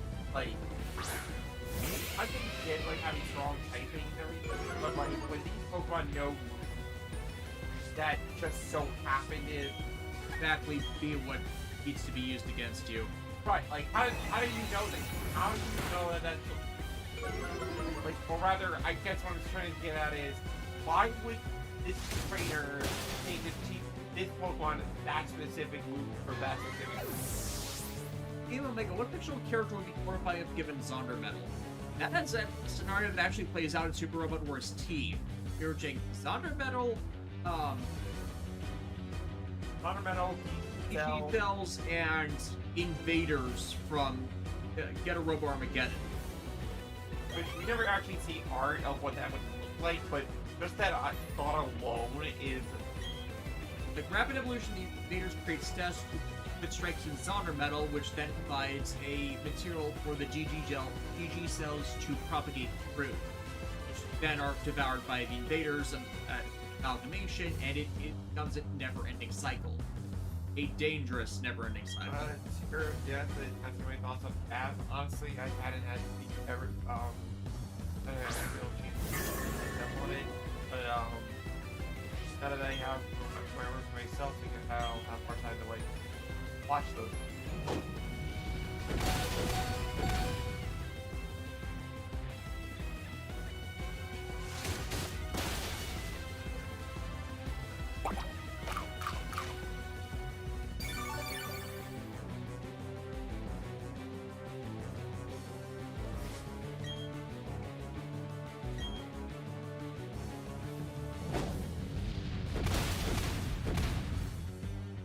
Possibly, I think Yeah, Trick Room should be fading. Yep, right there. you can start Wukong it. Feel the power of the sun!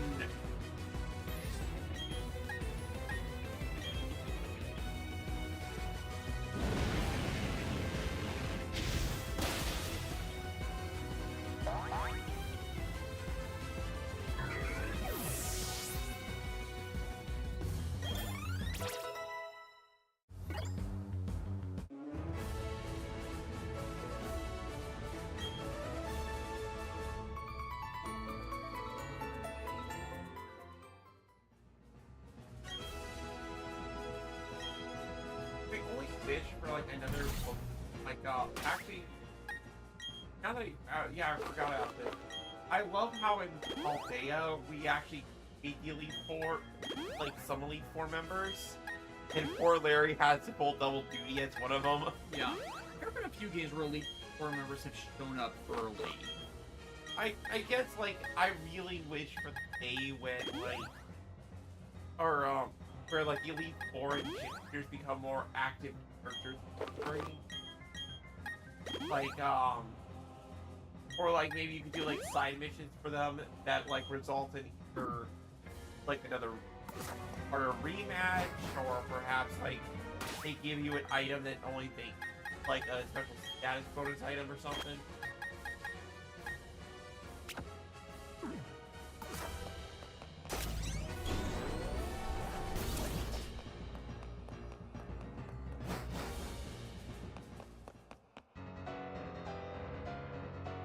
Okay, Cynthia, round two.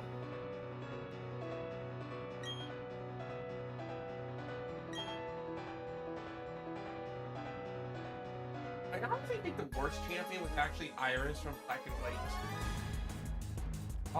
Like, I did why they promoted her, because the version exclusive leader of the Dragon Gym thing was just kind of, let's not do that.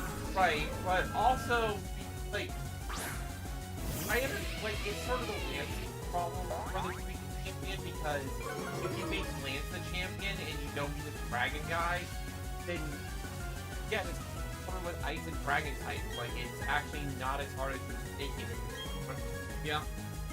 Like, you need to, like, counter her stuff at whereas, like, if it was a mix-up thing, then that becomes a bit more tricky. But I actually still have fond memories of fighting. He was steel type, but then, like, he had that Metagross. Should've used Punch. Okay.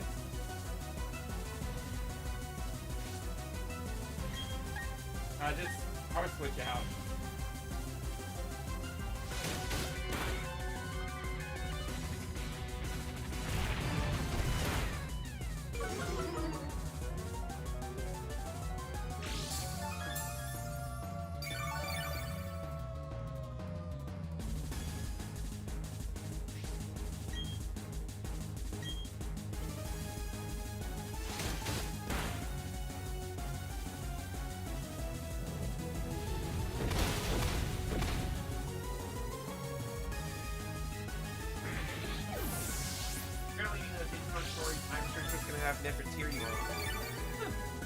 Haven't seen her in a while. You usually don't see the armor outside of ones. Yeah.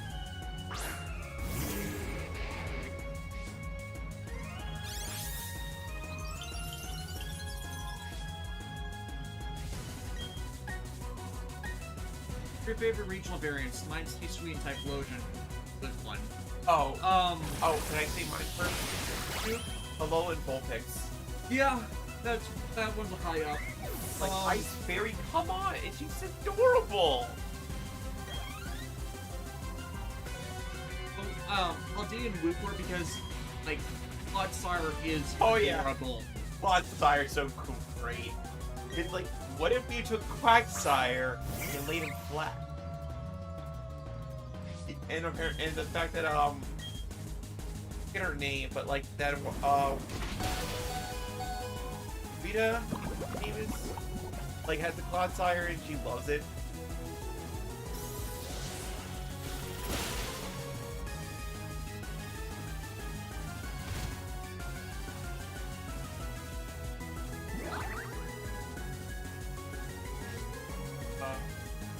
What a polar sport.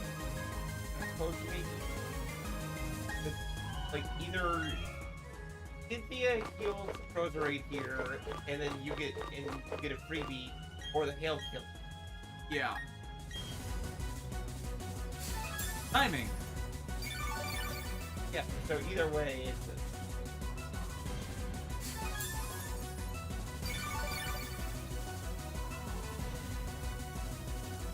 Terror Death is asking if we ever got any of the 30-minute missions. Laser Lord, it was Vika, the...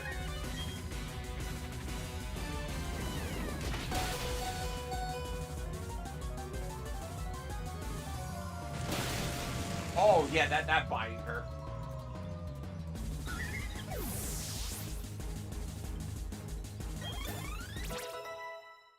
Oh, this is actually not that bad. No. Like, honestly, yeah, like, honestly, once you get past the, forest and the spot turning other things, like, Abomasnow is good against a surprising amount of Cynthia's party. you just gotta kind of know how to use it.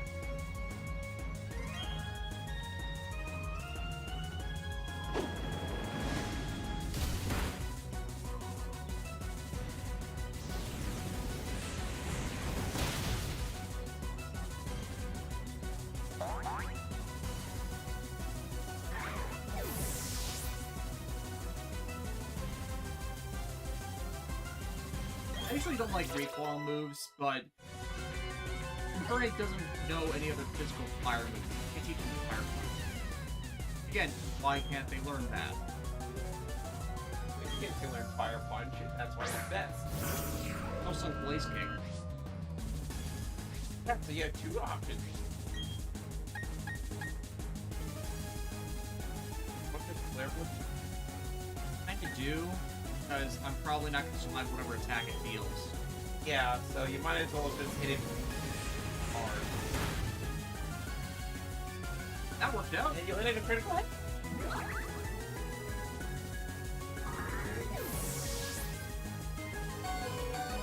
I survived. Oh, wow.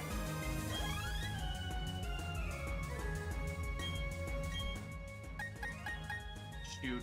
I will leave Sun in just so I can... Reply. Yeah. Yeah, sorry, son. You're gonna die, but it's not. Oh, why don't you just max revives? Yeah, you max revive with Koto. Yeah, that works out, right? Just the issue is if I lose this, I've lost the match life permanently. Usually why I don't like to use them.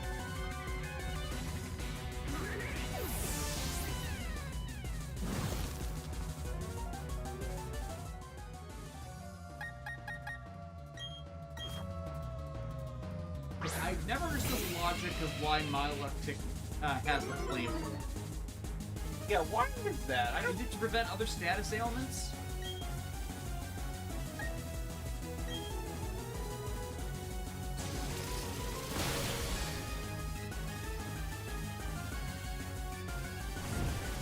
Or you can improve the power of Scald or something. Possibly. Not sure. I will set my Pokemon on fire. Why are you doing that? So it'll all go to plan. That's the plan. It'll all go to plan. You're not answering the question. Alright, we're further than we did the last time. Are you... I kind of have full restore Obama Snow. Yeah, you do.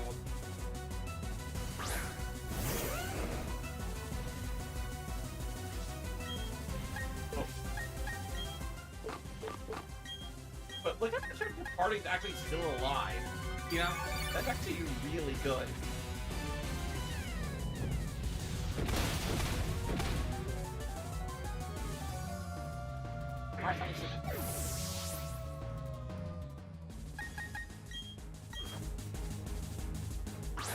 And all it needs to do is survive one attack. And you're gonna get Avalanche. Avalanche. Because if I use Ice Beam and it doesn't survive, the round, No, then it feels like more of a waste.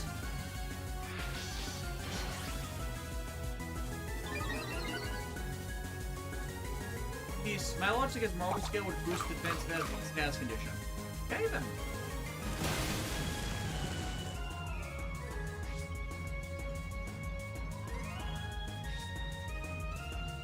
Gotcha, Barry. Damn it. Yes, the absolute weakness defense. I love how you said that. I won't let this match end. It's actually so much fun.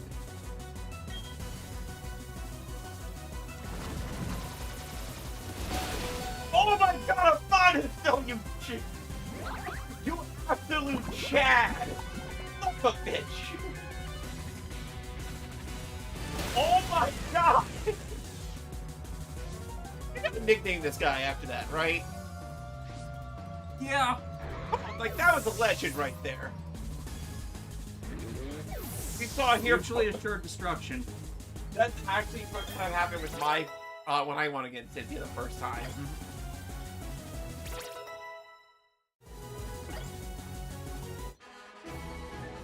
I have no Pokemon on the field. I still won. But you still take damage.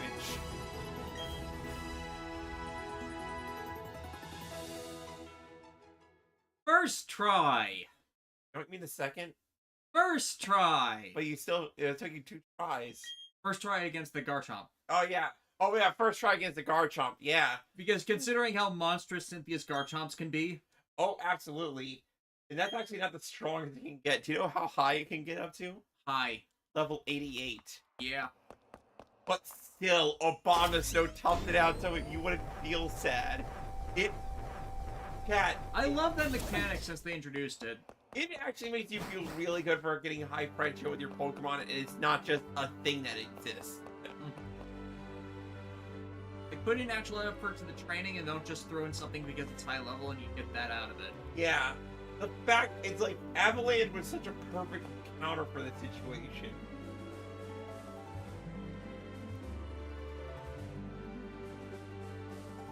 Alright, Death, you just became the Elite. You just beat the Elite Four, became the champion. What are you gonna do now? From Disneyland.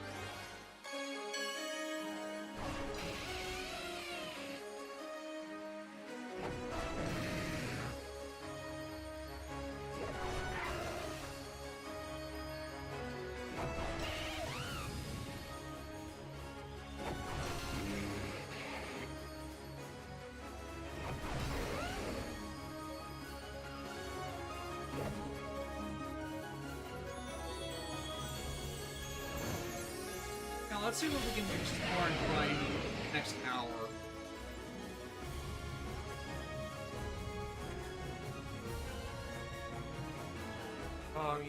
Like, have you seen every Pokemon in the... I don't think I have. Because, to get the Nat Dex, you just need to see every Pokemon. You don't necessarily need to fight.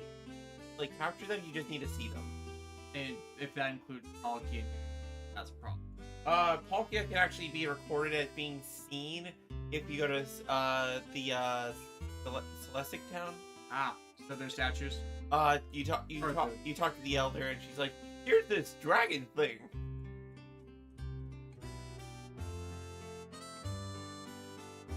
Now the other problem is just getting through the credits. We hope you enjoy No Moral Theater.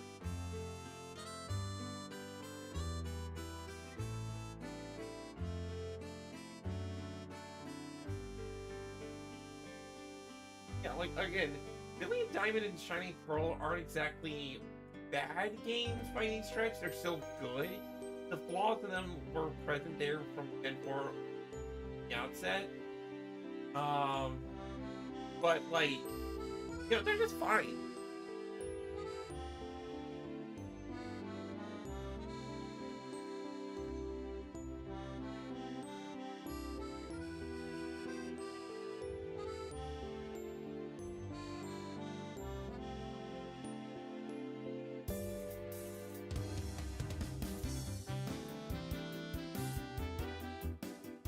Bradford Harrison just entered thing watching the stream at work right now. Abominable Snow is absolute champ for taking Garchomp with him. Yeah. It's like, from hell's heart, I stab at thee. The beefy Yeti taking down the land shark. I know. That was I swear that was a movie somewhere. Yeti versus Land Shark. It's like some beefy guy taking on a price gougher for homes.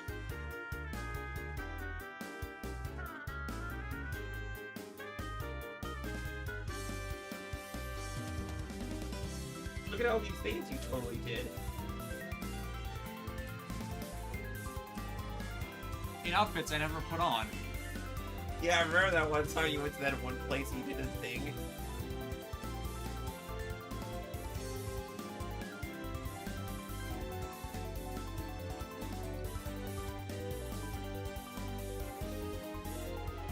I would actually like that outfit. Yeah, if you go to the Metronome store in Sailstone, like, a lot of it. Why are they so expensive? Oh, that's not a bad casual. Yeah, that's something I'd actually wear in real life. Yeah. There's no hat this time. Compared to the other three of the creation quirks that exist in the game or no, Giratina and Arceus were both event Pokemon. Giratina's in this game. Sorry, not Giratina, Darkrai. Darkrai. And Arceus were Darkrai and event Pokemon. Arceus, yeah. I keep doing that. Like, there are just too many legendaries in this generation that are pretty much locked to it, especially the event Pokemon. Which Gen 4 was lousy with. Absolutely lousy, and I hate that still continues. Where if you're gonna stop doing events for the game, you should allow a permanent patch in for EV voice out here. You should allow a permanent patch where they become accessible.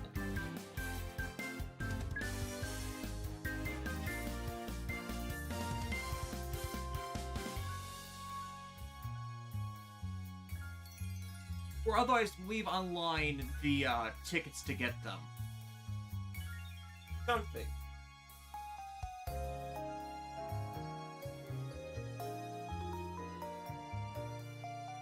That's another thing I liked with how Paldea handled the other region legendaries. You just need to do enough stuff, and they're there by default. Like, honestly, again, I can't, like, going through this made me appreciate how godlike Paldea is, actually. Yeah.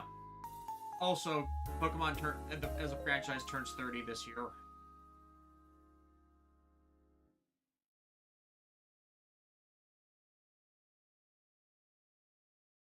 You've been on this journey for 3 years!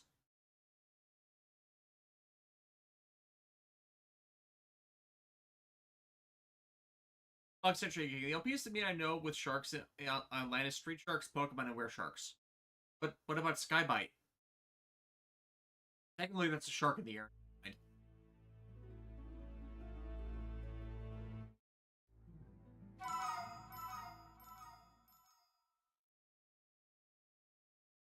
Right. Okay, Pokedex. 143, not that bad actually. Yeah. So I think put it on the list, see what you're missing.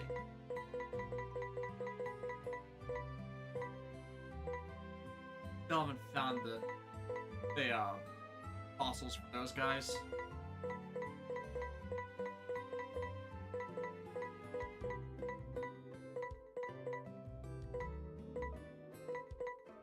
Drifloon. And it's Friday, so we can easily go to The Valley Windworks. yeah. And I think there's also the legendary folk, like Lucy, Mesprit, yada yada. Yeah.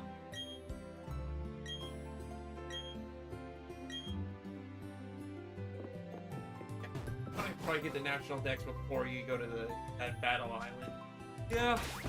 Because all the new stuff that ends up there. Yeah, and plus once you get the national deck, that's when like other region starters pop up in the underground.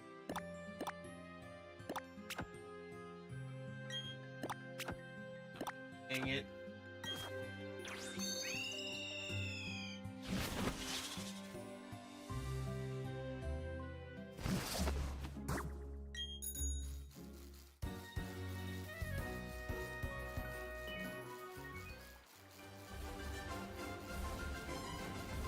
There you are.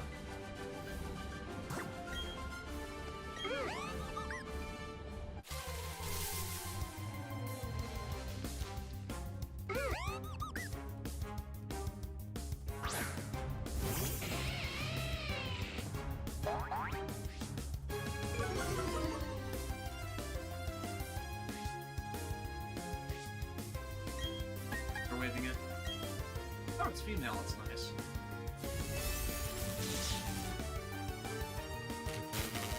Fair enough. Also, I'm surprised you haven't gotten the Super Rod yet. I never remember where it is, and the guide I was using basically stopped after the big gym.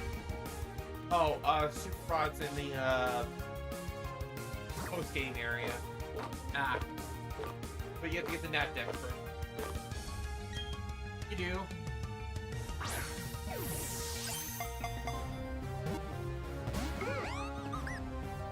Give me the tiny ball, you damn balloon. Get the ball. It's in the ball, Nebby.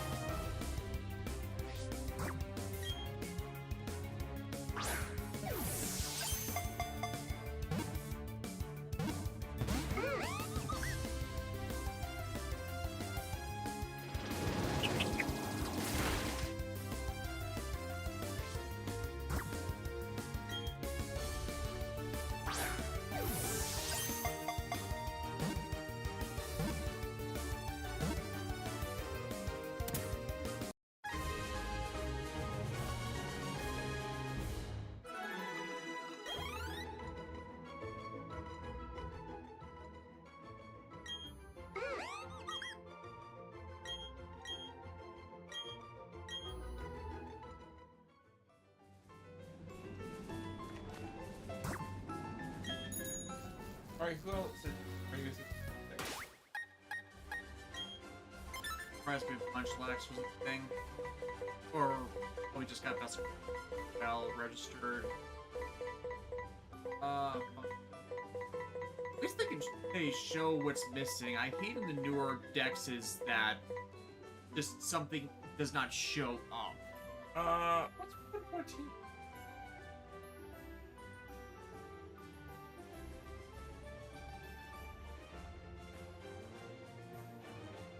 Oh, Chatlock. Oh, Chatot?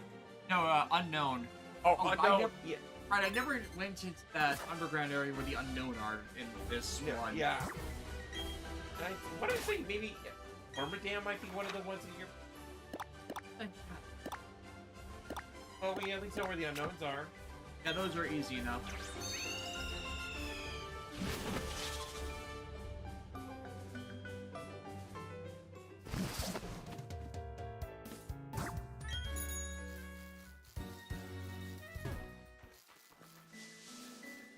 that tower. The unknown is the nearby, if I remember.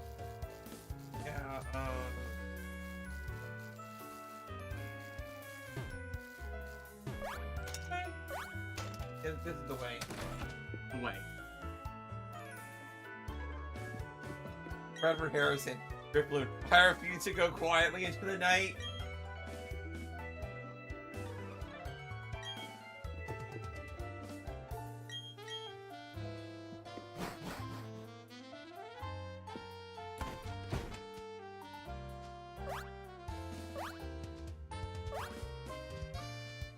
That house?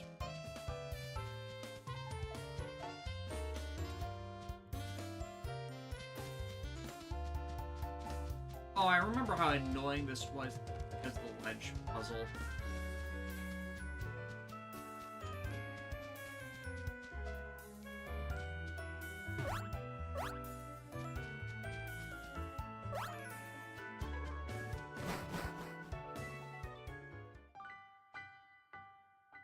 The exception of Blaze Lord, unknown and Manaphy, you can naturally complete the Stone Decks by battling everyone. Yes, I know. Please.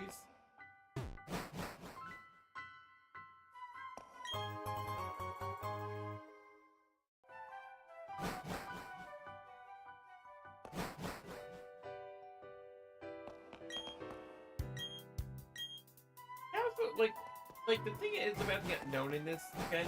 Why are they here? You see, they're Gen 2 Pokemon. That's basically it. Because Gen 2 stuff, at the time of Diamond and Pearl's original release, wasn't exactly the most accessible. You needed to either do a bunch of side console games in Gen 3 to get them, True. or you kind of just lucked out.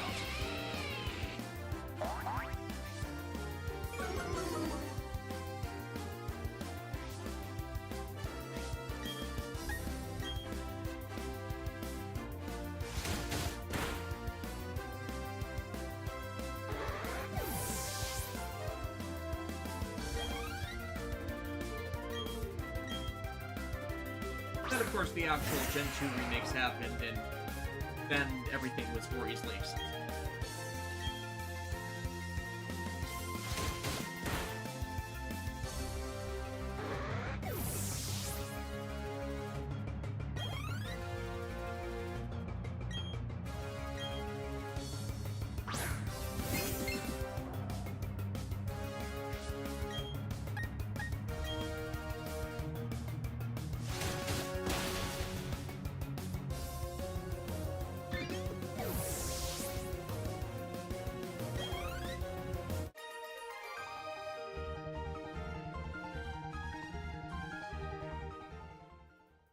Extra tricky. I do find it funny that I don't know where the birds were legends they unlock in Gen 2.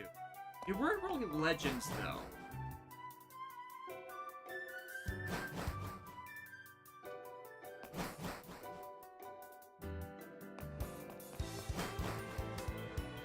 You said the whole phenomenal cosmic power thing became a thing because of the movie.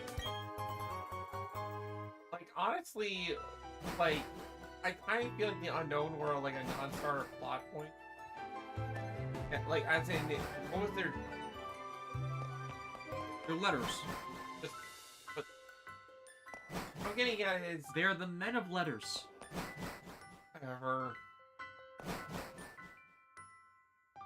Also, the latest Doctor Who storyline. We haven't been watching Shooty's season. Just time issues. As for them doing all sorts of supernatural pseudo-god entities, I don't have an issue with that. The original series had a bunch of occult-related stuff happen in it, so them returning a bit more to that, I don't have any issue with it. Fucking plate. Now, the writing quality, that's something entirely different, and I think Davies has been having issues. Like, I'm not the most aggressive hater on the original Davies run, but he clearly has issues. Where thinks he's being clever and he's just not handling the matters well. Moffat had the same problem over time. Like, I keep seeing YouTube shorts about the Mondasian Cybermen in the ship that was trapped near a black hole, and I'm like, the entire plotline there, I keep going, like, shouldn't the Doctor be able to tow the ship away from the black hole? Shouldn't he have done that right after Bill got taken instead of having to worry about the time dilation, because he already, or at least for the second he realizes the time dilation is happening? Because that would resolve a whole lot of that plot. And if it's, I haven't seen the episode, I've just been seeing the clips, but if that was a easy means of resolving the larger issue of the episodes, then I'm surprised he didn't take that option. Again, if it was a viable solution. If it's not a viable solution, then it's fine.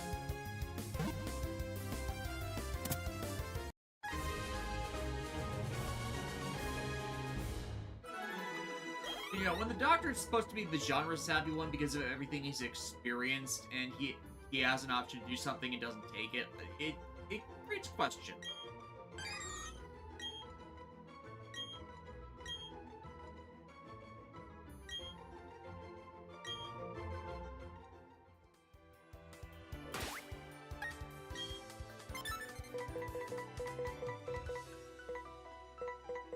What else? Oh, Finion. Right. They're easily catchable, though. Yeah, I'm just trying to figure out where.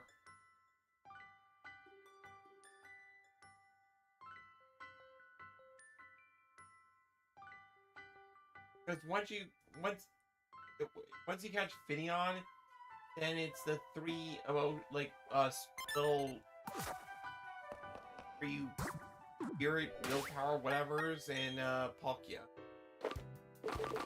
And April. Fair enough. I believe it wasn't a viable solution at the time. Okay, yeah, fair. Like, once you realize time dilation is in play and you have a time machine, it seems like you should be able to tow the ship away.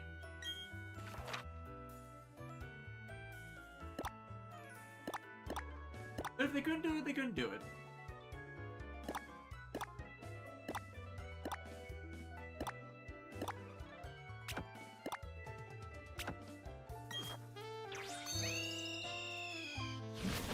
Actually, the Lake Guardians. I'm working my way up to that. Rather do the non-legendaries first, because the Lake Guardians can be their own whole deal.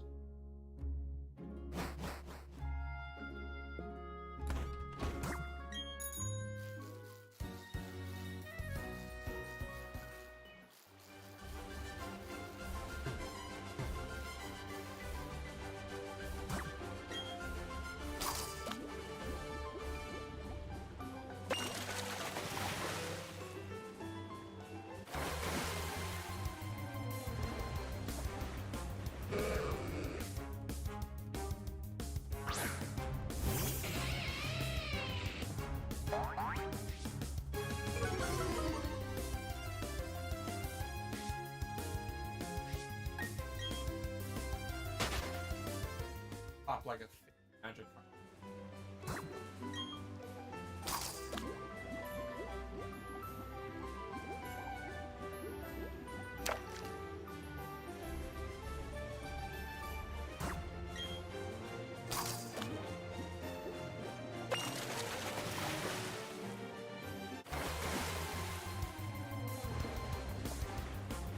Great. Ish.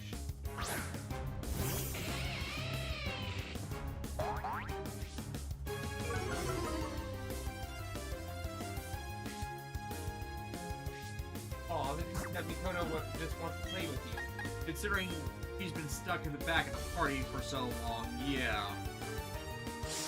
Like, what turns like low-key, they're not, because they're electric, they're not gonna be like they're not gonna be part of the starting lineup, but when you need that water type absolutely freaking annihilated.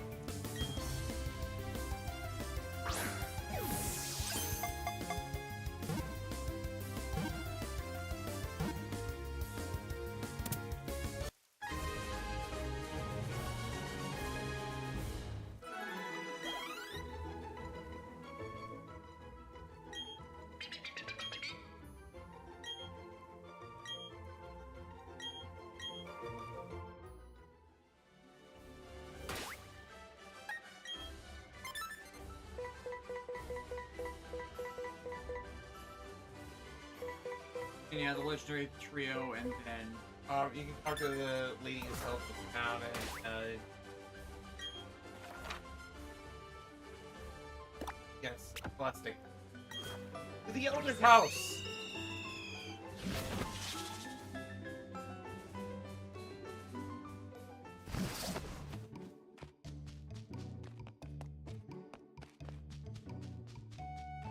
To the Greek king. guy. Chichogu, since Nova is apparently based in New York State, what do you think a region based in your state would be like? Lots and lots of trees. That would actually, like, what the Midwest or that would be pretty cool. This weather would not even phase the Midwest. Oh, the lake Pokemon would be cool though. Oh, actually, since we're like by the Great Lakes, they can have an entire mystery surrounding the Great Lakes Triangle. Like, have you ever heard about that? Apparently, in the Great Lakes, there's an area that's sort of like the Bermuda Triangle. Not necessarily in the supernatural stuff that's happening there, but there's a lot of really peculiar shipwrecks that just so happens to occur in this triangle. And also the fact that Lake Michigan is like an ocean to itself, practically. Then it's just the lake tree. Yep. That's it. But look with Besprit.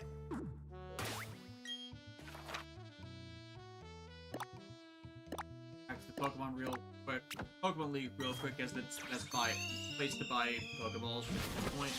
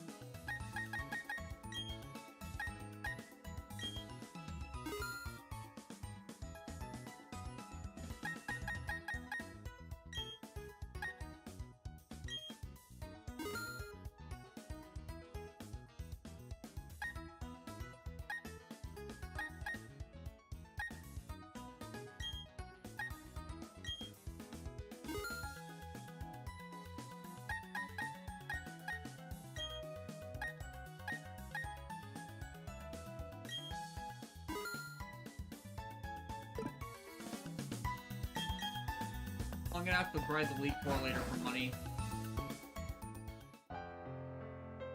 Your Grossini Corporation something. Is the Kikaider anime owned by Aniplex? I don't believe it is.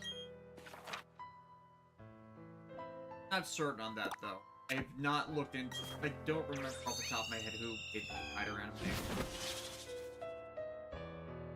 I know they didn't distribute it originally. That was Bandai. So it's likely a Bandai license.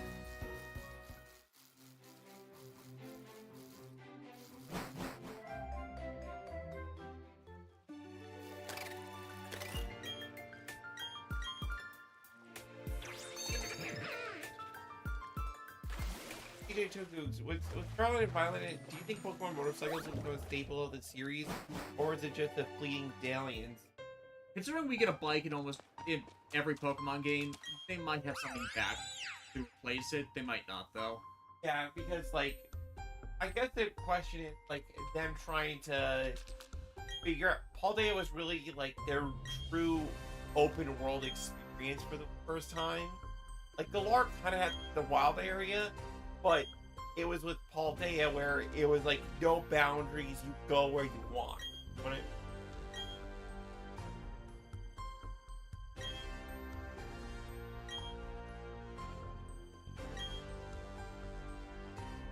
Where's the Poketch Company again? Jubilife City. Yeah.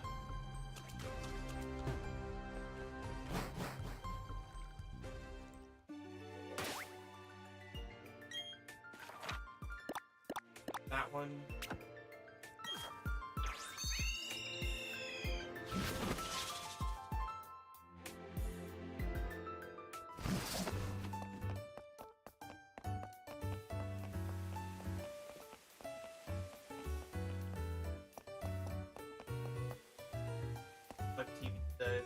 the Pokédex company.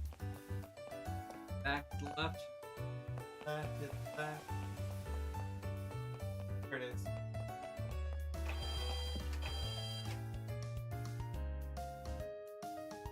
Talk to the mustache man. Kicker, so according to a reviewer who have gotten the Discotheque Media Blu-ray releases, Aniplex does not want to license anything out to anybody else so they can make the Blu-ray themselves. Yeah, and Aniplex does not sell Blu-rays because of how they price everything. That's well known, and just for the intercompany respect, Discotheque has alluded to Aniplex's bullshit before. Specifically, that's why they can't release the last Nanata series.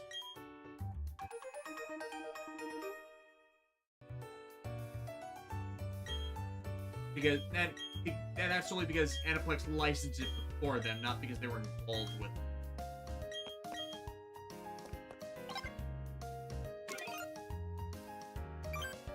Yep. Yep.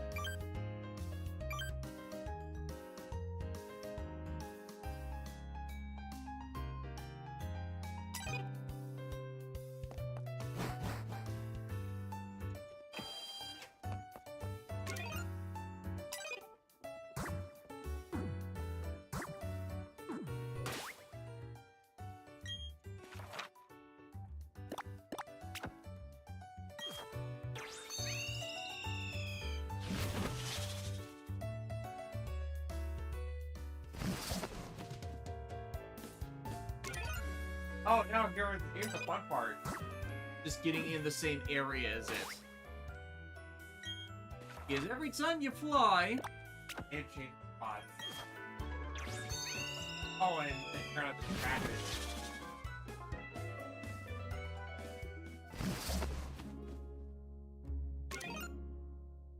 It's right below you. It looks Yeah. like.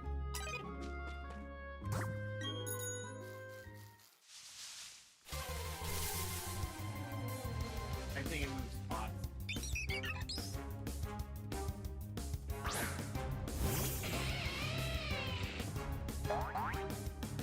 again, it's not going to be as bad as the legendary dogs.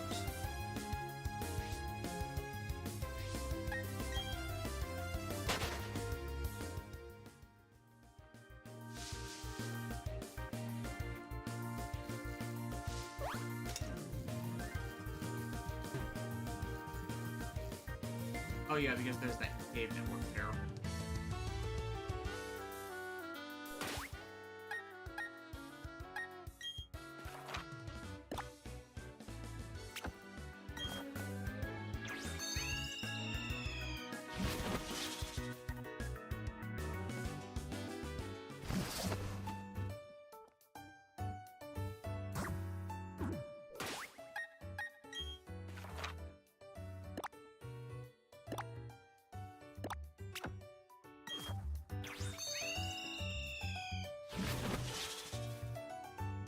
No, it's gonna be worse than the legendary dogs. Do people not remember how insufferable it was to try and catch up with them originally? Like, we have an app that tells us where they are this time. Last time, in Gen 2, you had to go through the Pokedex every time. Every goddamn time.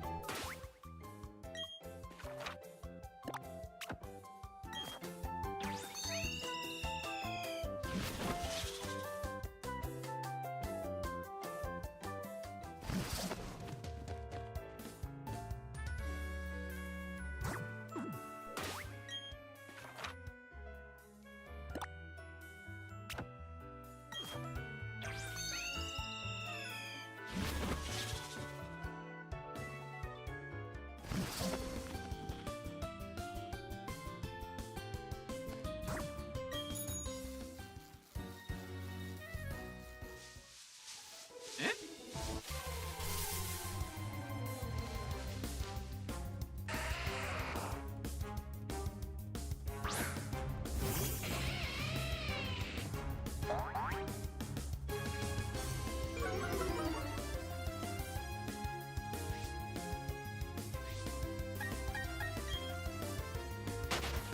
So that was because it was made by A1 Pictures and Amplex's own pet studio. Yeah, that happens sometimes where A1 Pictures... I don't think A1 Pictures stuff is garbage, so... Oh, I think I know where it is. Right here. Where I am. Oh,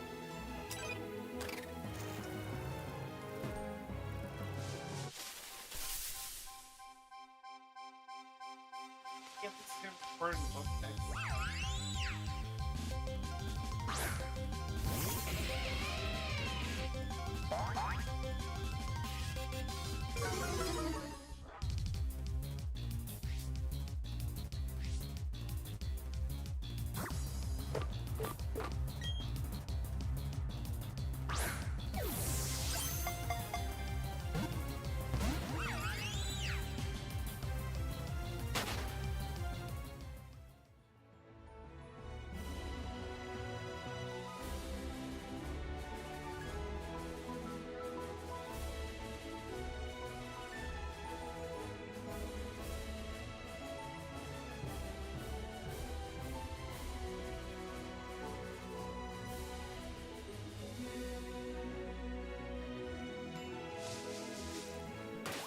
something with mean look. That?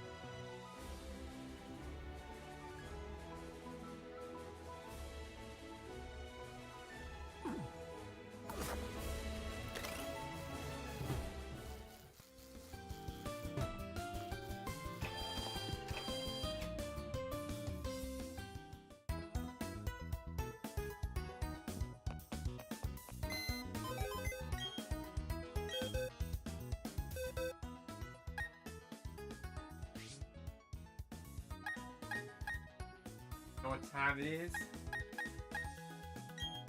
Yes. Yep, there it is.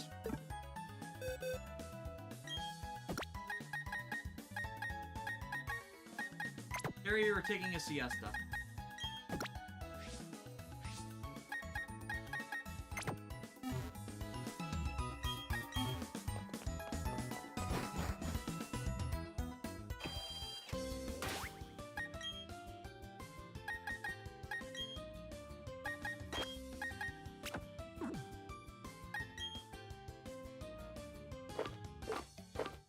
Also need to check my...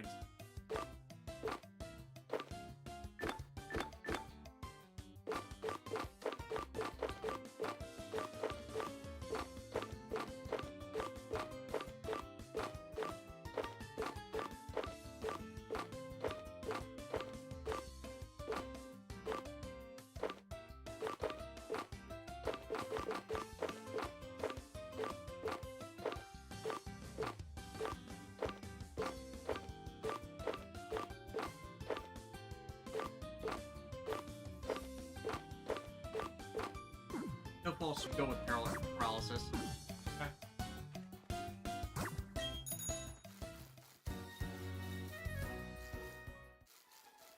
No, let's not forget chat for Telly is this.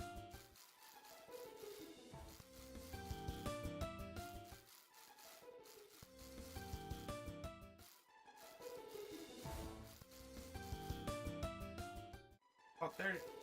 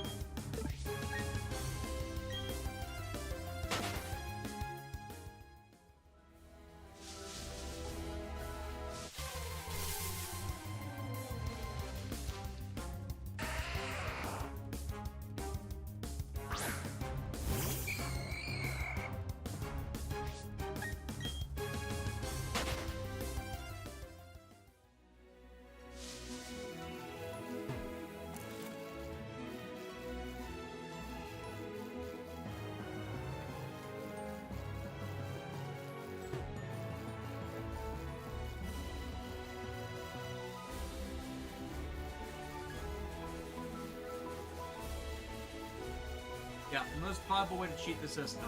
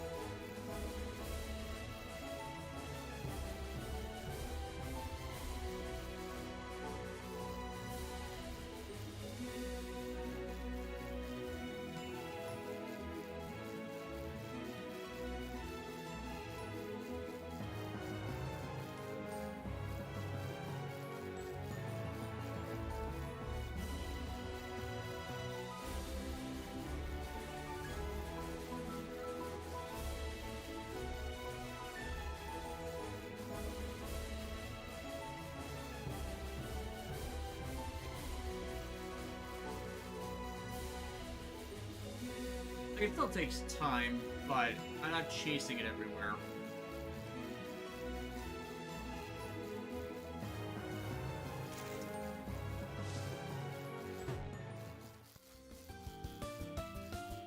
Back to the left. Like, my god. That's pretty going all over the place.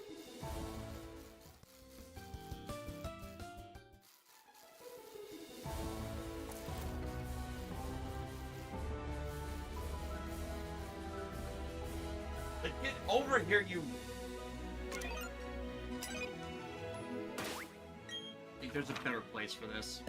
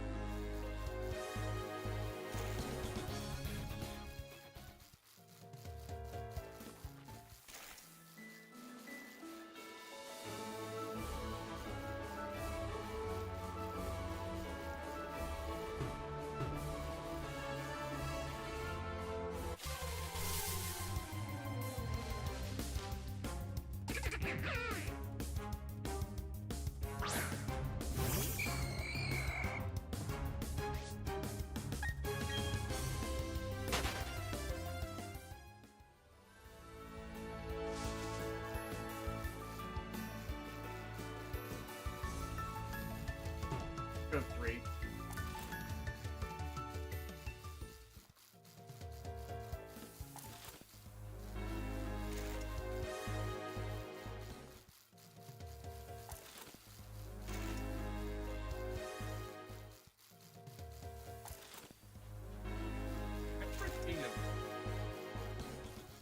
He really doesn't want to go over here.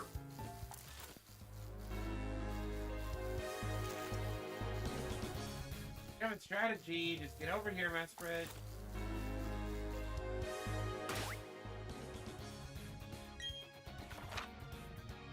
The other kind of annoying thing. Like, in some areas it wants to move all the way up on the map, and it wants to stay. It really depends which side of the mountain you're on this side of. I initially decided on here.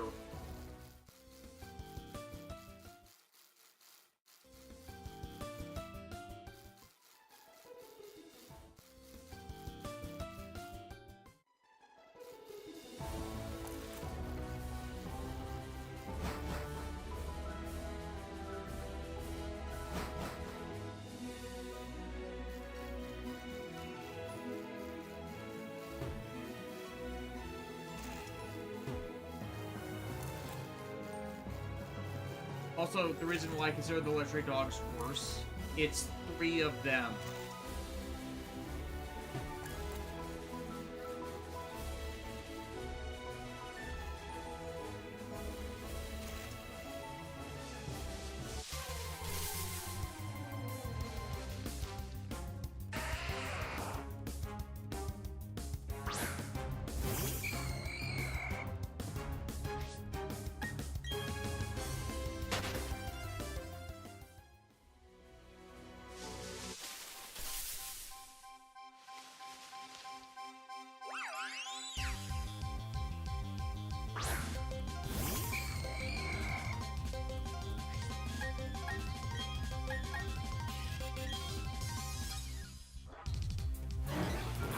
And you're trapped.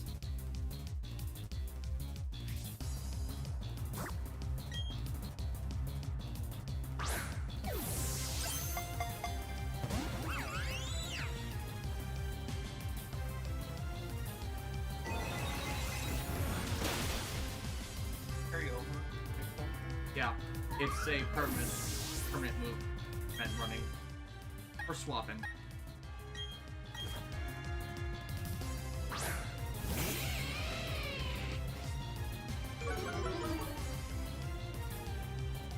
Crystal, do you think Deltina can make the big doggo she has into a smaller puppy size so she can play with it? Possibly. Like, does you've read more Red Gregory's than I have? That thing they've done? I don't think she can turn into a small puppy, but like, why would you want? But why have a small puppy? God damn it. Yeah, that's what I thought. Oh.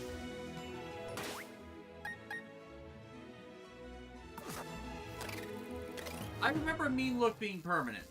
And this is why I say it's my master. Yeah. Also, the doggos were worse because of Roar. It was still that same fleeing mechanic.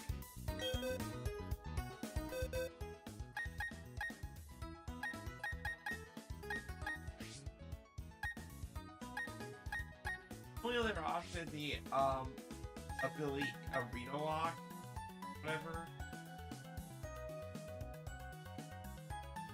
I forget it, or I think it's like that's for like Pokemon for Brava now. Airlock negates Not all effects of weather. it's like or arena. Arena Trap.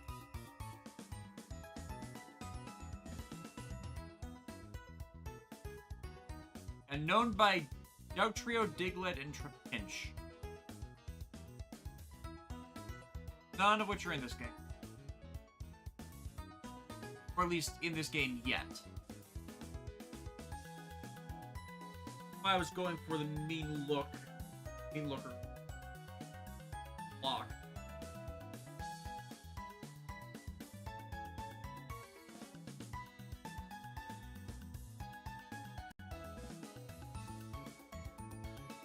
Okay, that's actually more common here. Huh.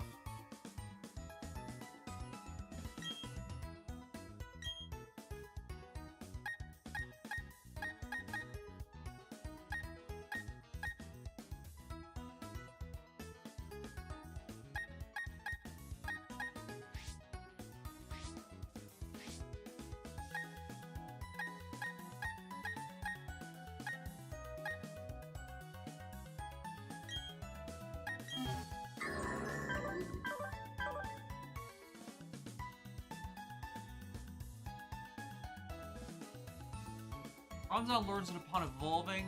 Not this one, apparently.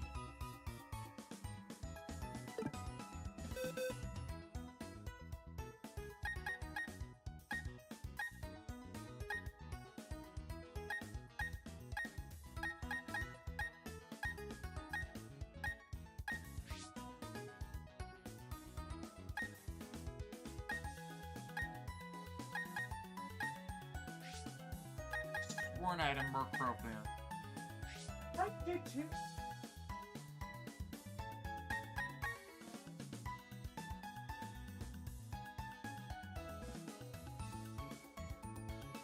I have a Merc Pro door. That's fine for the moment.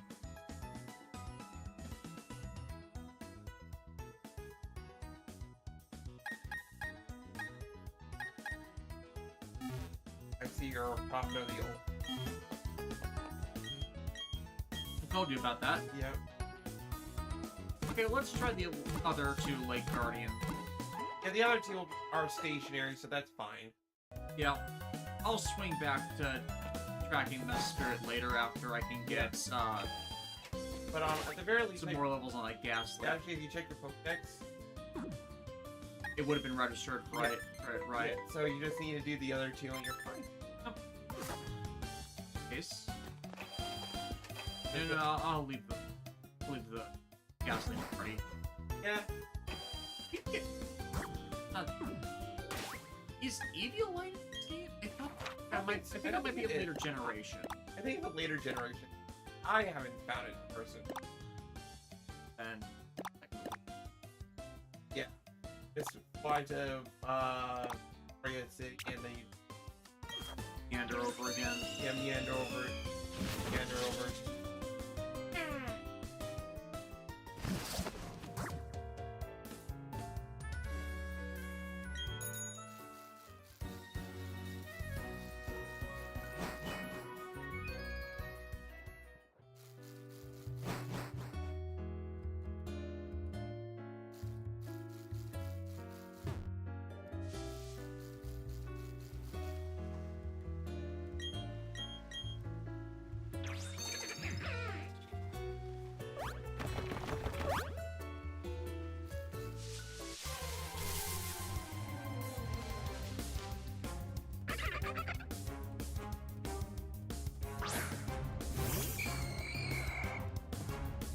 I should just pump Gaslight party.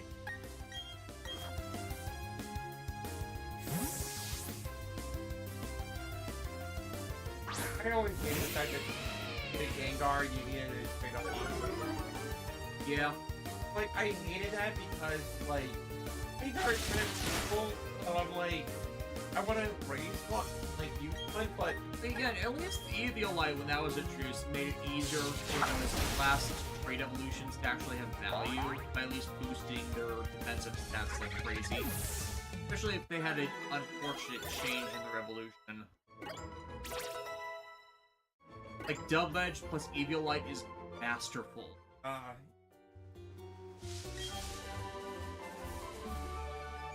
Ironically, the exact opposite of what I act.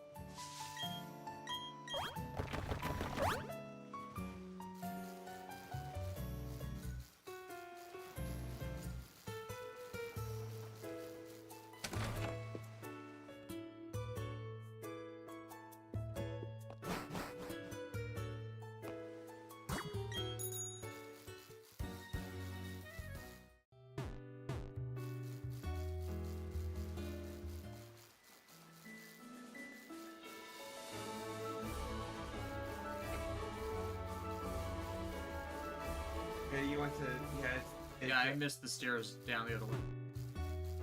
Here we go. Valor.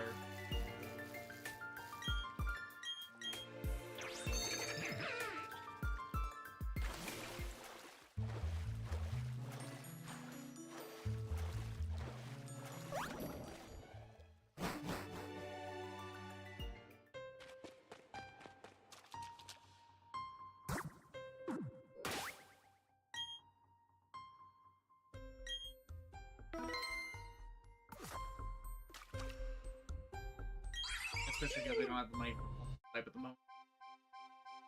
Yeah, I did get that nugget, but I have to sell that. No. One I always forget the name of. Remember Oopsie and Max Scarab and Red Zone. I think because Oopsie's such a fun thing.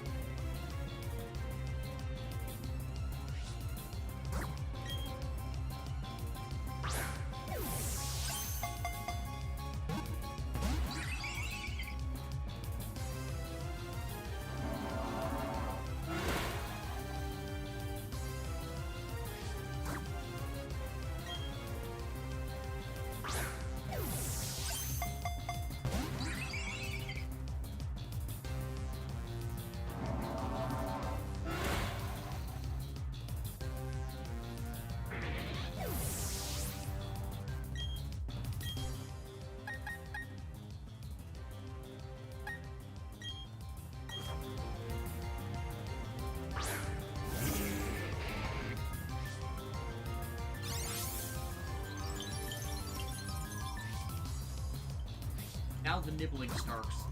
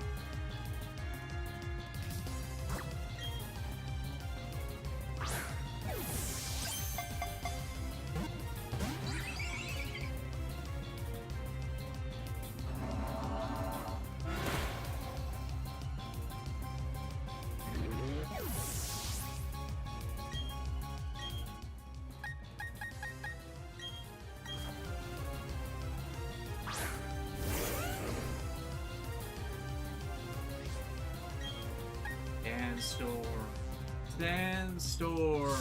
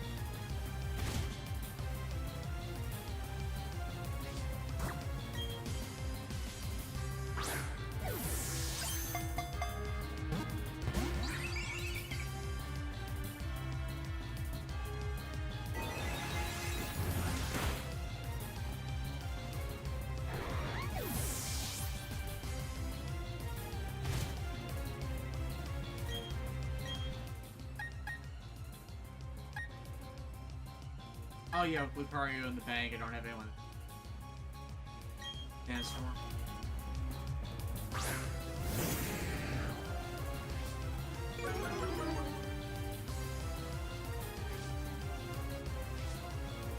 Okay, timer rolls. Also, another reason legendary dogs are worse. He didn't have these originally. The best he had was the fastball, and that had a lot lower success rate.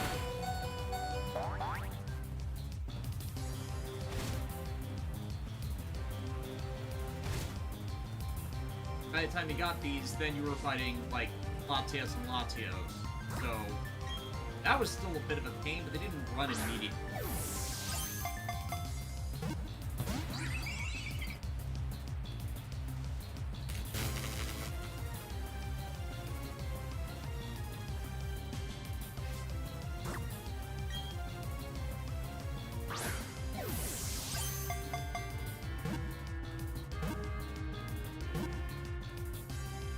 There we go.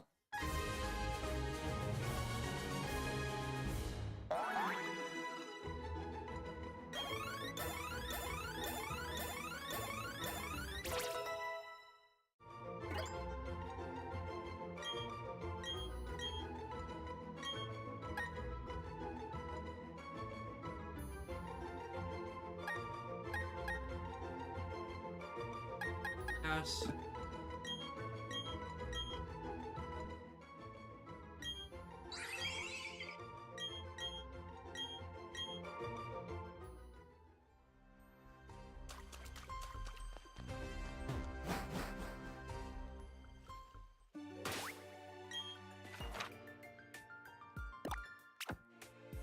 Okay, well, I'm just streaming with catching Uxie.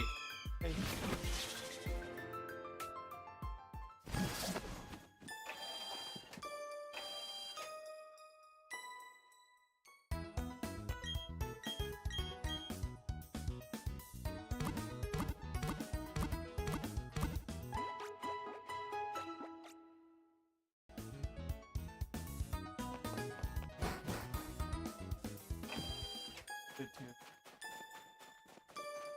No.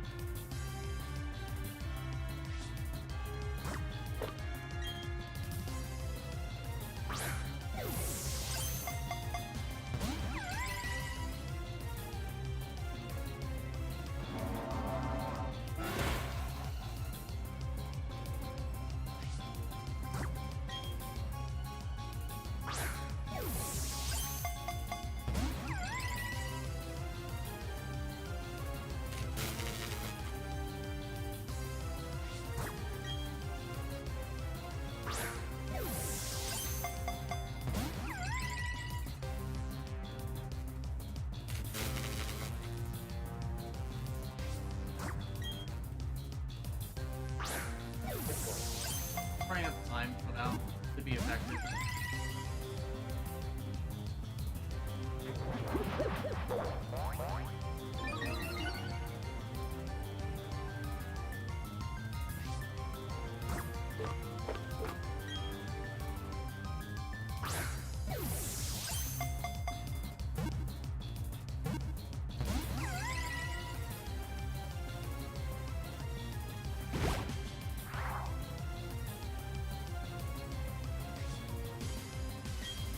Special defense raise some things, or with his defense raise, but doesn't.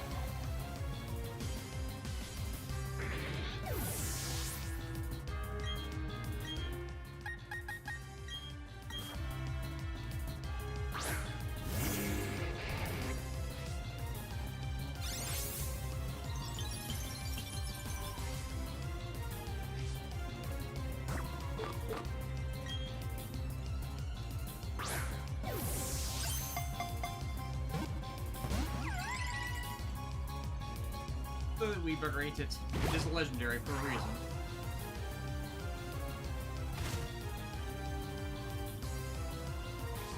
Normally, it's small stipend status ailment, but again, I don't have enough Poké dollars to multiply it all.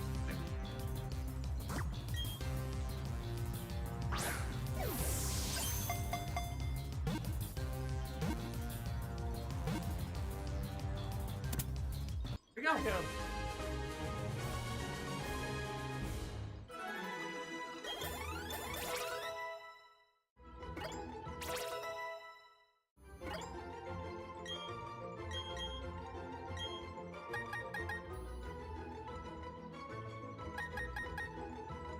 Should be effective. A curse has the Pokemon's health, but oh right, that makes it permanent versus confused right which wears off.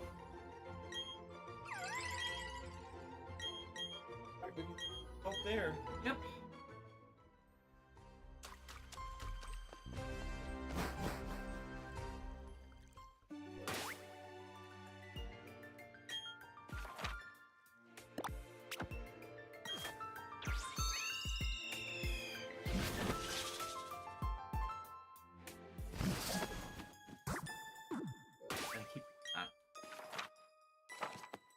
Alright guys, that's gonna do it for us this week. Now, next week, we're gonna be going back to Final Fantasy XIV. And we're going to be looking to do it on Saturdays.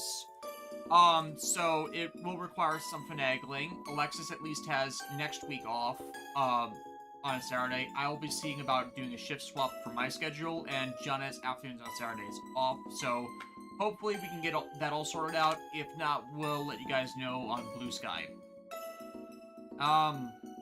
That's it for us this week. We will see you later.